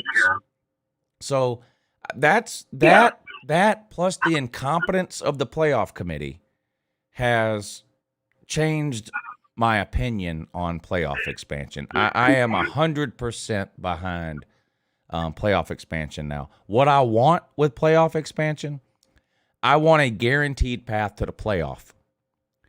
So I want a team to know at the beginning of the year, if you want to be guaranteed to get to the playoffs, this is what you have to do. And that thing clearly would be win your conference. So if a 7-win team wins the ACC, then a 7-win team gets in the playoffs. That's just the way it is. And so whether you want to do just the Power 5 or even if you want to do all 10, Group of 5 and Power 5, they all get in. And then let the playoff committee pick the last 2 teams, as at large or whatever. But I do think now that playoff expansion is really the only way to move this thing forward towards legitimacy, because while you might be able to agree that Georgia deserves to be ranked number 1, and to be fair, in years past, there really hasn't been much controversy outside of 4 and 5. Like there hasn't been much controversy over 1, 2, and 3 in years past. Pretty much it was pretty much unanimous 1, 2, and 3, and then maybe you had an argument over 4 and 5. And I think even if you go to 12, you're going to still have that argument. But it's going to be over 12 and 13. That argument is never going to go away. It's like the NCAA March Madness basketball deal. 64 teams get in. The 65th team is standing there going, "Well, what about us?" So you're never going to not have that. But at least if you expand it, you get more teams with an opportunity, which I think would make some more meaningful games in November. Yeah. I definitely see what you're saying. And I'll go to my second thing. I don't want to clog up the phone lines till I know you got another person to get to, but me being an Arkansas Razorback fan, our season has been up and down. We had a bad stretch about mid-season, but I was going to ask, do you think that if Arkansas keeps it close against Alabama, I know that we're, wins and losses. I know that. Do you think that if Arkansas keeps it close against Alabama and Auburn keeps it close against Alabama, do you think Alabama's out the playoffs? So if Alabama wins, but it's a close game? Yeah. If they're both close games, like no, 3 points or 3 points or less. No. I mean, the playoff committee has made it clear. I mean, losing by 4 to the worst LSU team this century didn't mean anything to the playoff committee. So that's true. I mean, That's winning by That's 6. True. You're So right. I mean, beating Arkansas by 7 or Auburn by 7 isn't going to change their mind. It's going to take a loss to get Bama out of the playoffs. Yeah. I mean, I personally don't see Bama having a loss. I mean, I'm an Arkansas fan, but I'm not you know how you call them fanatics. I'm not a fanatic. Yeah. I'm not saying Hogs by 90 and all that other crap that other Hogs fans say. But I understand what my team is right now, and I understand that we don't have as much talent as Alabama. You know we what? might could hang with them for a little bit. You just hit the nail on the head. Arkansas has a great coaching staff. The offensive coordinator, I'm drawing a blank on his name. It's Kendall Briles. And then your defensive who's your defensive coordinator? Barry Odom. Yes. 2 former head coaches. I mean, they've got a great staff. Yeah. I think Arkansas has gotten as good as they can get without getting better players. That's what I think. And you know how I feel about players. I think players are very important. You've got a great coaching staff, and they are getting more out of that team than almost any other coaching staff could get in terms of production and wins. Yeah. Now the next step, that Arkansas's got to get better players. That's what it is now. And they can do that. If they keep having seasons like this where they're ranked for a large part of the season and are winning some games, and they can get that. But that's the next – they've got to get some better players, or they're going to middle around that 8-win mark like your Mississippi schools do. Yeah, I'm in total. You haven't said anything I ain't disagreed with. I mean, Arkansas is a much better team than they've been in years past. I mean, that's totally true. Yeah, right, and that's all because of coaching. It's like I said. That's all because of coaching. Because right. Pittman hadn't been there long enough to turn the roster over. So that's pure coaching right now. That is taking Arkansas from 2 wins a year to 6 or 7 or whatever it ends up being. Mm-hmm. That's pure coaching. Now, it's a lot easier. Yeah. It's a lot easier to go from 2 wins to 6 wins than it is to go from 6 wins to 10 wins. That is hard. That's hard. Tennessee's been struggling with this for a long time. A coach wins 4 games, they fire him, they bring in a new coach, he wins 7, 8, 9. Never gets to 10. It's very hard to go from – it's a lot easier to improve from 1 or 2 wins to 4 or 5 or 6 than it is to go from 6 or 7 wins to 10, 11, or 12. So that's the next step for Arkansas. Got to get better players. Hey, thank you for the call. Yeah. Good to hear from you. Good luck to Arkansas. It's a great story. I mean, I'm a Sam Pittman fan. I've said multiple times, Arkansas can go undefeated for all I care unless they play Georgia. I mean – I think everybody likes Sam. I don't think there's anybody that doesn't like Sam Pittman.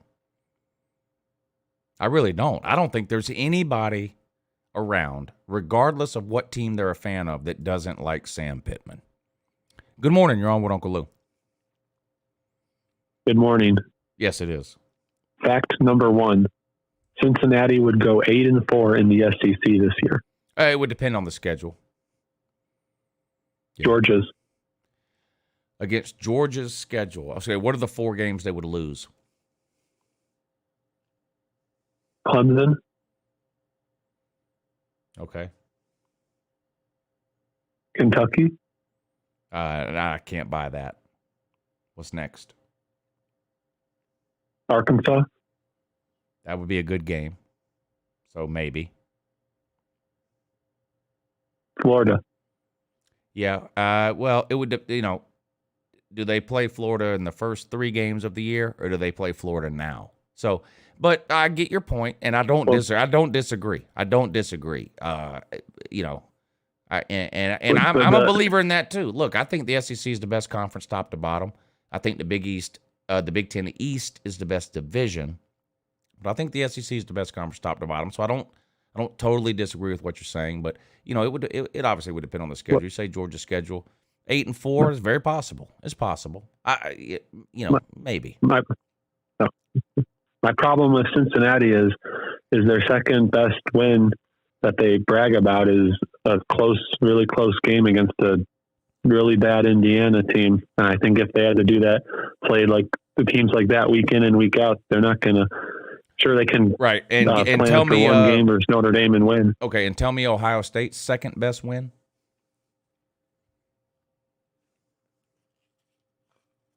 Exactly. Probably Penn State. What's their first best win? Purdue. Wow. Okay. But and now do that for Alabama. They also beat Indiana by 47 points. Alabama's best win? So Alabama's best win is they don't really have any good wins. Ole Miss? Yeah. All right. They beat Ole Miss at home by 3 touchdowns. Cincinnati beat Notre Dame on the road by 2 touchdowns, which is a better win. Probably the same. It's pretty close. I would agree with you. But there's a difference between playing bottom league teams every week and then playing games. I agree. I agree completely. Yeah, I agree totally with you. So maybe they should be in the playoff, but maybe I'm not going to say they shouldn't belong in the playoff, but it's just frustrating to see that there's no one that's going to beat them. I mean, there's no one on their schedule that they had the one game versus Notre Dame. That's the only game they had to worry about all year. And now it's just like, and you can tell they're just sleepwalking through the rest of their schedule because they have nothing to worry about. So they win by like 20 points every time, and it's not impressive. Well, doesn't Georgia, but like Georgia, what does Georgia win by every week? What has Georgia had to worry about this year? Well, they have to worry about Alabama. Well, we can't worry about what we might have to play. That's like saying Cincinnati has to worry about Ohio State. I mean, we don't know. So I'm asking up to this point, what has Georgia had to worry about? So how do you know they're really the best team? Well, we'll find out. Right. In the SEC championship. I agree with you. Cincy had to play a good team. Yeah, I agree with you. There's no Cincinnati's going to play like Tulsa in the or something like that. Yeah, no, I agree with you. It is it's a lot tougher, obviously, to play an SEC schedule week in and week out than it is to play Cincinnati's schedule. No doubt about it. It's also tough to win every week, no matter who you play. If Cincinnati had one loss even, no one would be talking about them, nor should they. But they're lucky Notre Dame keeps winning. I mean, right? I respect them. Cincinnati is Notre Dame fans, and right now they're Utah fans because they probably need Oregon to lose this week. So they're Utah fans and they need Notre Dame to keep winning, and they need Utah to beat Oregon. That's what they need. Okay, I agree with you. I agree with you in principle. In general, I agree with you. It's way harder to play an SEC schedule than it is to play Cincinnati's schedule. I just happen to think that this year Cincinnati's a really, really good team. So I just have one more little question, and then Georgia loses a close game to Alabama in the SEC title game. Do you put Cincinnati in front of Georgia? No.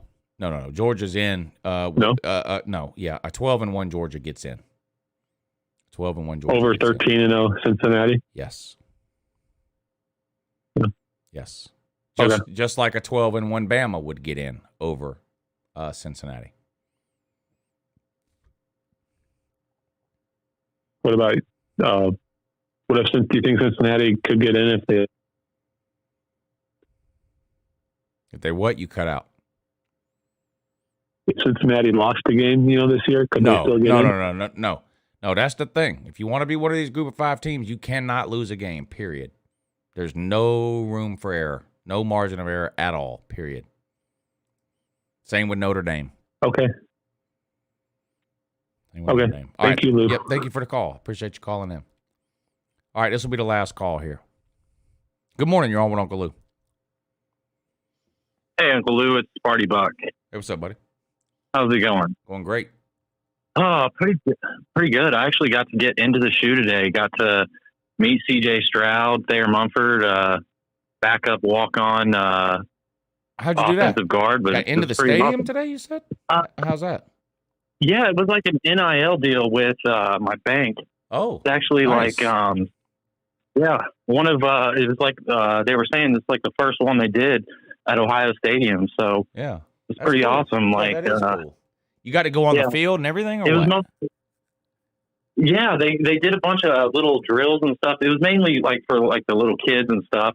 But yeah, the players were there, a bunch of parents, grandparents. Nice. Kind of there to meet everyone. It was really cool. Yeah, I went to Ohio State last November.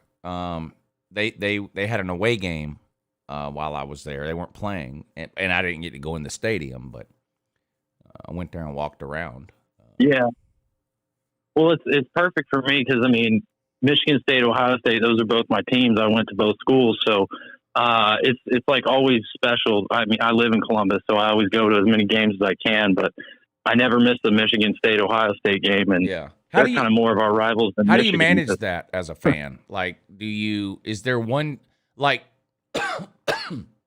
when they, I'm sorry, when they play every year, is there like, do you root for Ohio State every year against Michigan State, no matter what, or like how do you manage that? Yeah, so OSU is my undergrad, so I go there first and foremost. But then, man, if Michigan State wins, you better win every freaking game afterwards. Right. So far, they've only let me down doing stuff like that. Yeah. 2015 was hard, man. Yeah. 2015 was rough because I think Ohio State might have been able to win it all that year, and we saw what Michigan State did to Alabama. Big fat goose egg.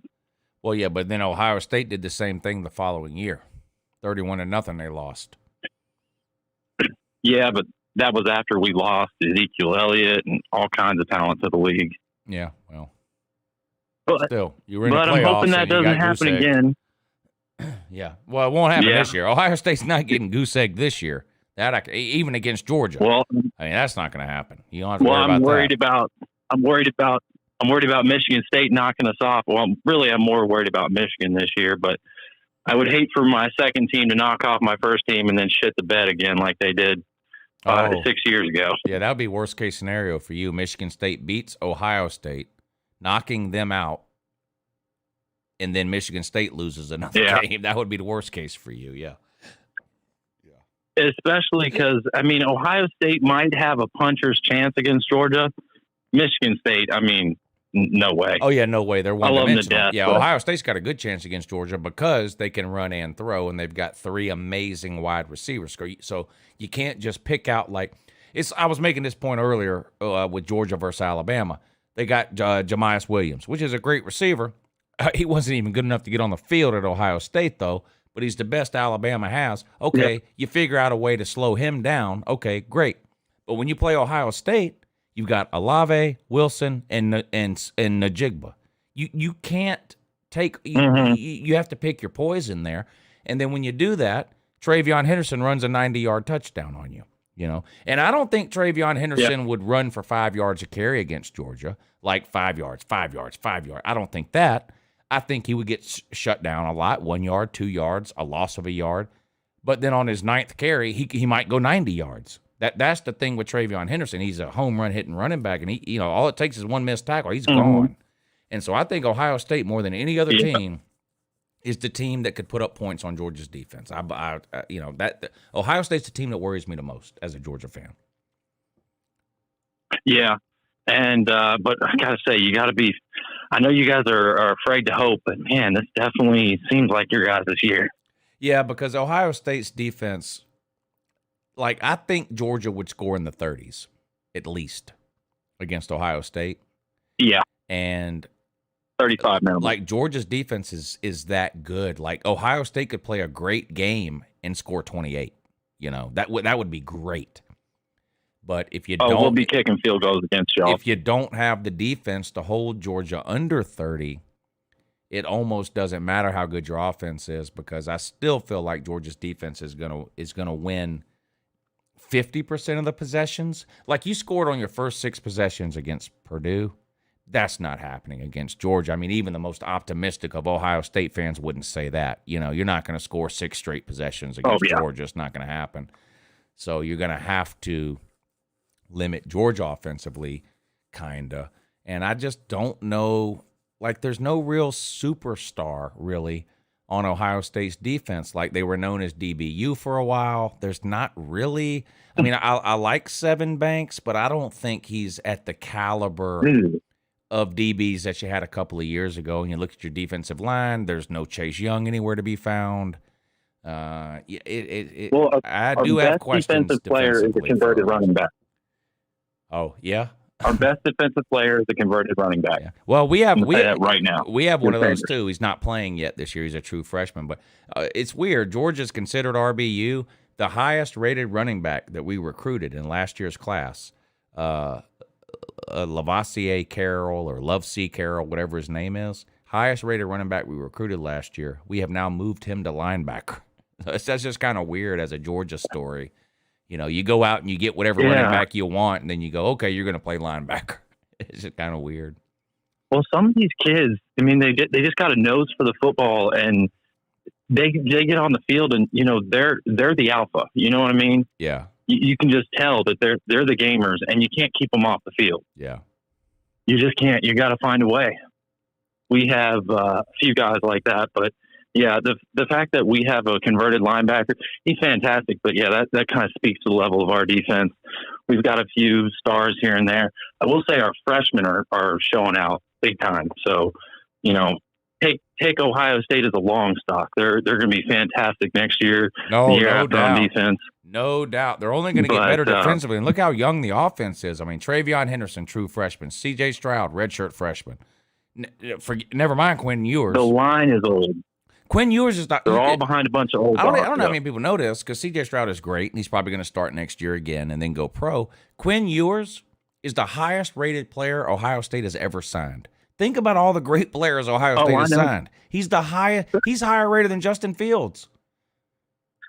I mean, it's unbelievable. So you guys are absolutely loaded, and then people go, oh, well, they're going to lose those wide receivers. Great, they got that Amuka Abeka, or I know I'm saying it wrong, but Abuka, yeah. This guy can't even get on the field. This guy would start for any team in America. He can't get on the field at Ohio State. He's a true He's going to be an All-American next year. Marvin Harrison's kid. I know. Marvin Harrison's kid is riding pine. I mean, so great. Olave and Wilson and Najigma go pro. What would he do? You probably still have the best wide receiver room next year. Plus, C.J. Stroud will be a second-year starter. Plus, the defense will be better. Plus, Travion Henderson will be a sophomore. Ohio State ain't going nowhere. Yeah, I agree. Can't say the same about our orange-colored rivals, but, you know, I think they might be done. Yeah. I think I've always understood Clemson is all about the cult of Dabo.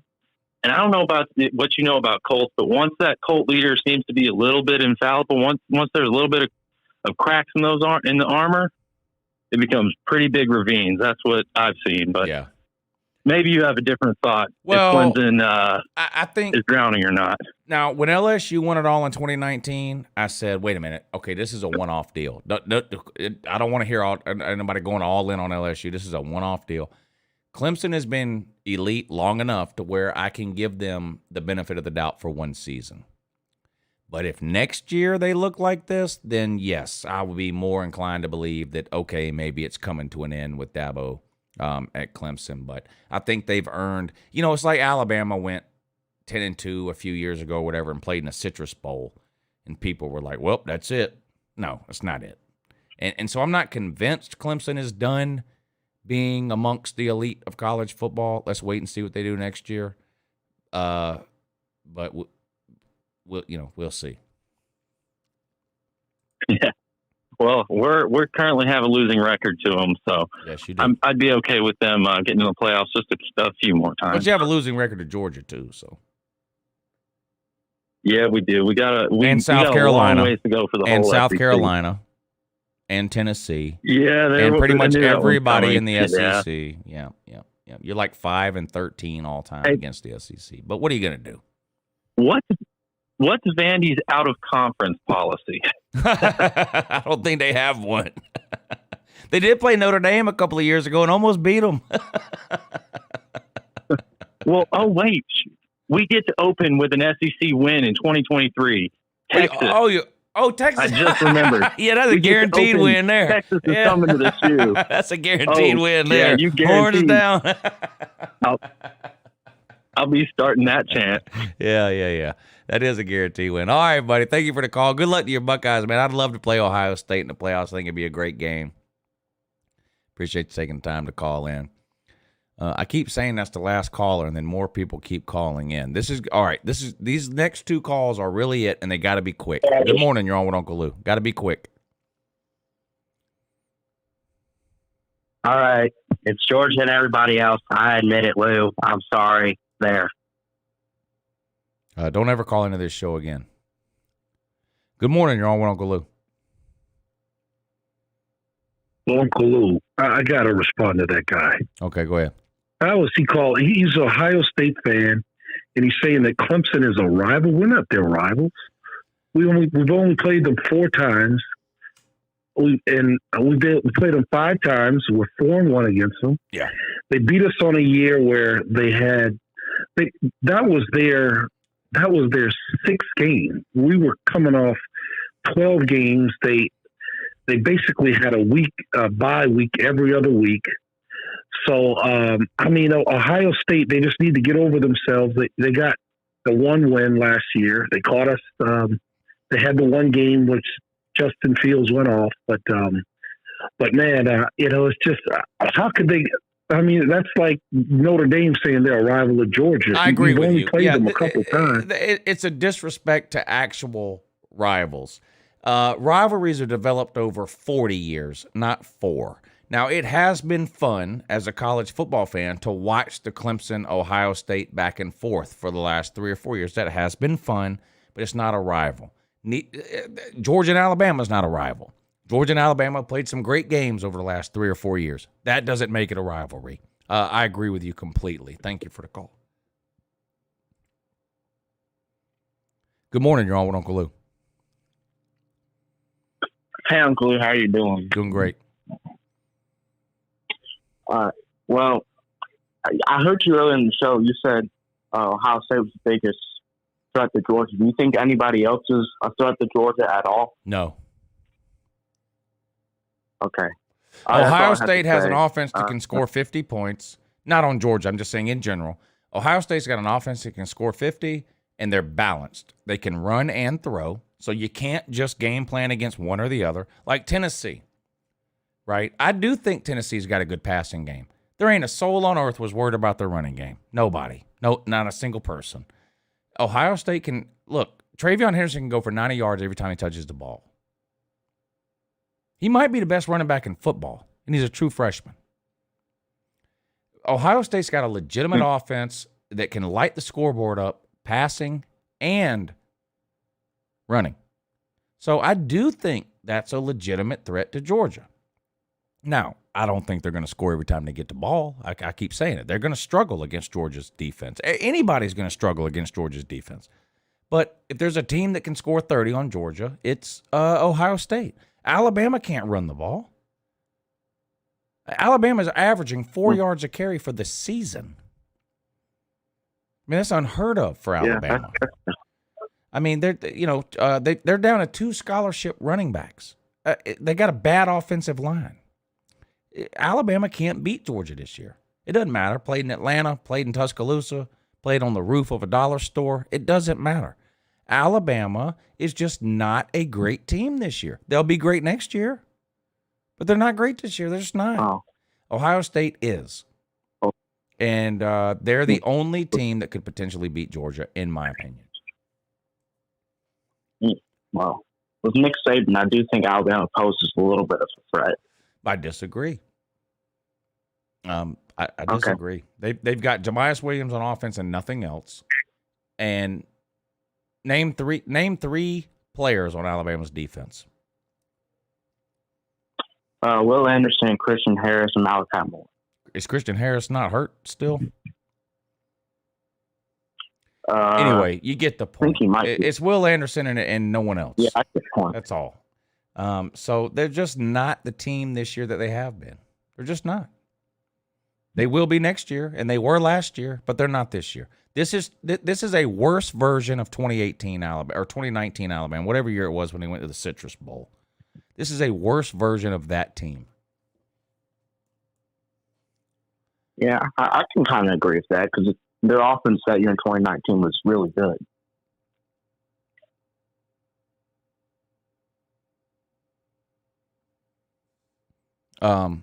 Thank you for the call, and stop typing in all caps. I'm serious. You got to stop that. It irritates everybody, which is why I do it, but I don't want you doing it here. All right, that's it for the phone calls. There's nobody else on hold, so let me turn the phone calls or the phone system off before somebody else tries to call in. Huffer Billy Paw, good to see you in here, buddy. I hadn't seen you in here. He says, Lou for Godfather of college football. Let's go. I don't know about that. Thank you for supporting the show, HPP. Beggin' Megan, thank you too. Says, George is to trolling what Megan Mullen is to monogamy. Yeah, polar opposites. Huffer Billy Paul, thank you again, sir. He says, let's piss off the effing Disney dogs. Lou for college football commissioner, jackpot as VP. Now, I could get behind that. I could support that. Colby, let me know what song it is you want to hear. I'm looking in the comments now, so you don't have to super chat or PayPal, but if you're still here and you still want to hear a song, you got a couple of minutes. Let me know I see you in the comments. So let me know what song you want to hear, Colby, and we'll play it.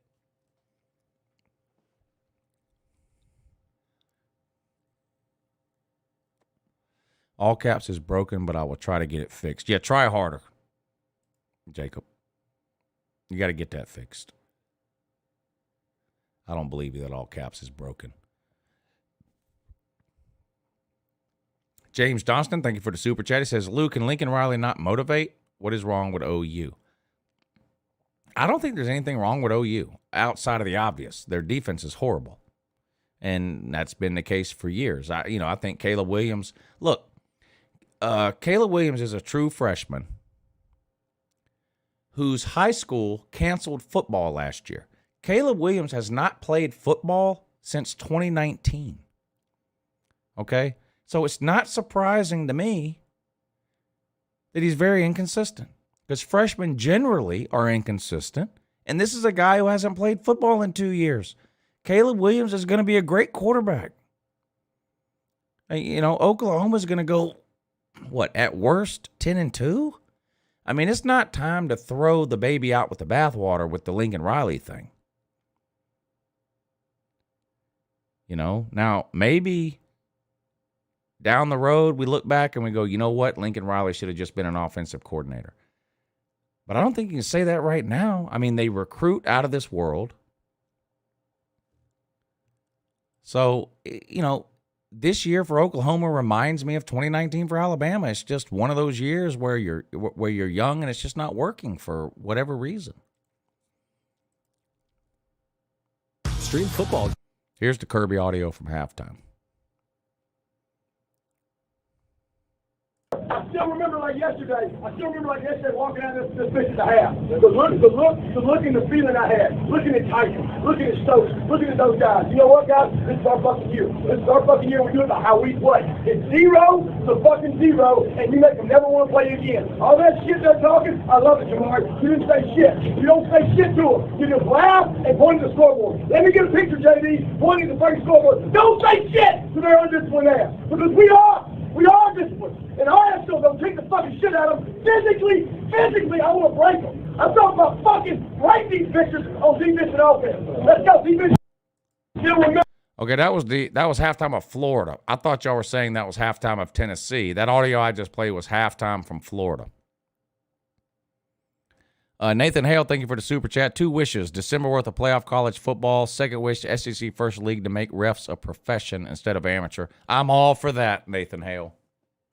We need full-time officials. Colby says the audio. Okay, I played the audio, Colby, but you had said you wanted me to play a song. So, and you're running out of time to let me know what song it is, because I'm close to ending the show here.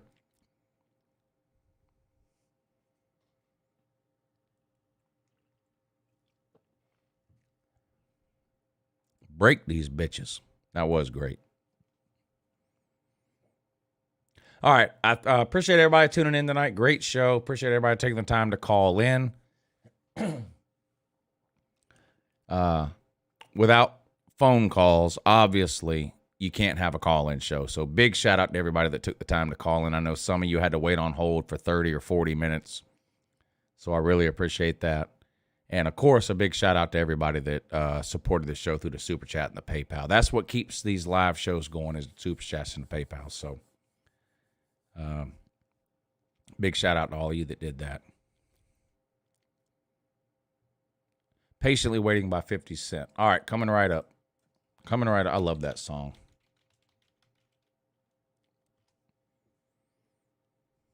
All right, love you guys. AM, you know you're my favorite white. I will see you Thursday night, 10 p.m., the next call-in show. Have a good morning. AM, you know you're my favorite white boy, right? I owe you for this one. I've been patiently waiting for a track to explode on. You get stunned if you want and your ass will get rolled on. It feels like my flow's been hot for so long. You thinking I'ma fucking fall off, you're so wrong. I'm medicine in my head, like a baby bone dead. Destination heaven, sitting politic with passengers from 9/11. The Lord's blessings leave me lyrically inclined. Shit, I ain't even got to try to shine. Guards and seamstress that tailor fitted my pain. I got scriptures in my brain, I can spit at your dame. Straight out the good book, look, niggas is shook. 50 fear no man, warrior, swing swords like Conan. Picture me, pen in hand, write lines, knowing the source of wrote it. When I die, they'll read this and say a genius wrote it. I grew up without my pop, shit that make me bitter. I call cases, I call doctors, that make me a quitter. In this white man's world, I'm similar to a squirrel, looking for a slut with a nice butt to get a nut. If I get shot today, my phone will stop ringing again. These industry niggas ain't friends, they know how to pretend. Patiently waiting for a track to explode on. You get stunned if you want and your ass will get rolled on. It feels like my flow's been hot for so long. You thinking I'ma fucking fall off, you're so wrong. Patiently waiting for a track to explode on. You get stunned if you want and your ass will get rolled on. It feels like my flow's been hot for so long. You thinking I'ma fucking fall off, you're so wrong. Patiently waiting to make it through all the hating, debating whether or not you can even weather the storm. When she lay on the table, they operating to save you. It's like an angel came to you, sent from the heavens above. They think they're crazy, but they ain't crazy. Let's face it, shit. Basically, they just playing sick. They ain't shit. They ain't saying shit. Spraying 50 A to the K, get in the way. I bring Dre and with me and turn this day into fucking mayhem. You staying with me? Don't let me lose you. I'm not trying to confuse you. When I let loose with this Uzi and just shoot through your Isuzu. You get the message, am I getting through to you? You know what's coming, you motherfuckers don't even know, do you? Take some big and some pop, and you mix them up in a pot. Sprinkle a little Big L on top. What the fuck do you got? You got the realest and illest killers tied up in a knot. The juggernauts of this rap shit, like it or not. It's like a fight to the top just to see who died for the spot. You put your life in this, nothing like surviving a shot. Y'all know what time it is, soon as 50 signs on this dot. Shit, what you know about death threats, cause I get a lot. Shady Records was 80 seconds away from the towers. Some cowards fuck with the wrong building, they meant to hit ours. Better evacuate all children, nuclear showers, there's nothing spookier. You're now about to witness the power of fucking 50. Patiently waiting for a track to explode on. You get stunned if you want and your ass will get rolled on. It feels like my flow's been hot for so long. You thinking I'ma fucking fall off, you're so wrong. Gang squad here, all of the shots go off. It's 50, they say it's 50. See a nigga laid out with his fucking top blown off. It's 50, man that wasn't 50. Don't holler, my nigga shouldn't throw stones if you live in a glass house. And if you got a glass jaw, you should watch your mouth, cause I'll break your face. Have your ass running, mumbling to the Jake. You're going against me, dog, you're making a mistake. I split your lid open like a Michael Jackson jackets with all them zippers. I'm the boss on this boat, you can call me skipper. The way I turn the money over, you should call me flipper. Your bitch a regular bitch, you calling her wifey. I fucked and feed her fast food, you keeping her icy. I'm down to sell records, but not my soul. Snoop said it in 94, we don't love them hoes. I got pennies for my thoughts, now I'm rich. See the 20 spinning, looking mean on the sets. Niggas wearing flags, cause the colors match their clothes. They get caught in the wrong hood and filled up with holes, motherfucker. Patiently waiting for a track to explode on. You get stunned if you want and your ass ass to get rolled on. It feels like my flow's been hot for so long. You thinking I'ma fucking fall off, you're so wrong. Patiently waiting for a track to explode on. You stun if you want and your ass to get rolled on. It feels like my flow's been hot for so long. You thinking I'ma fucking fall off, you're so wrong.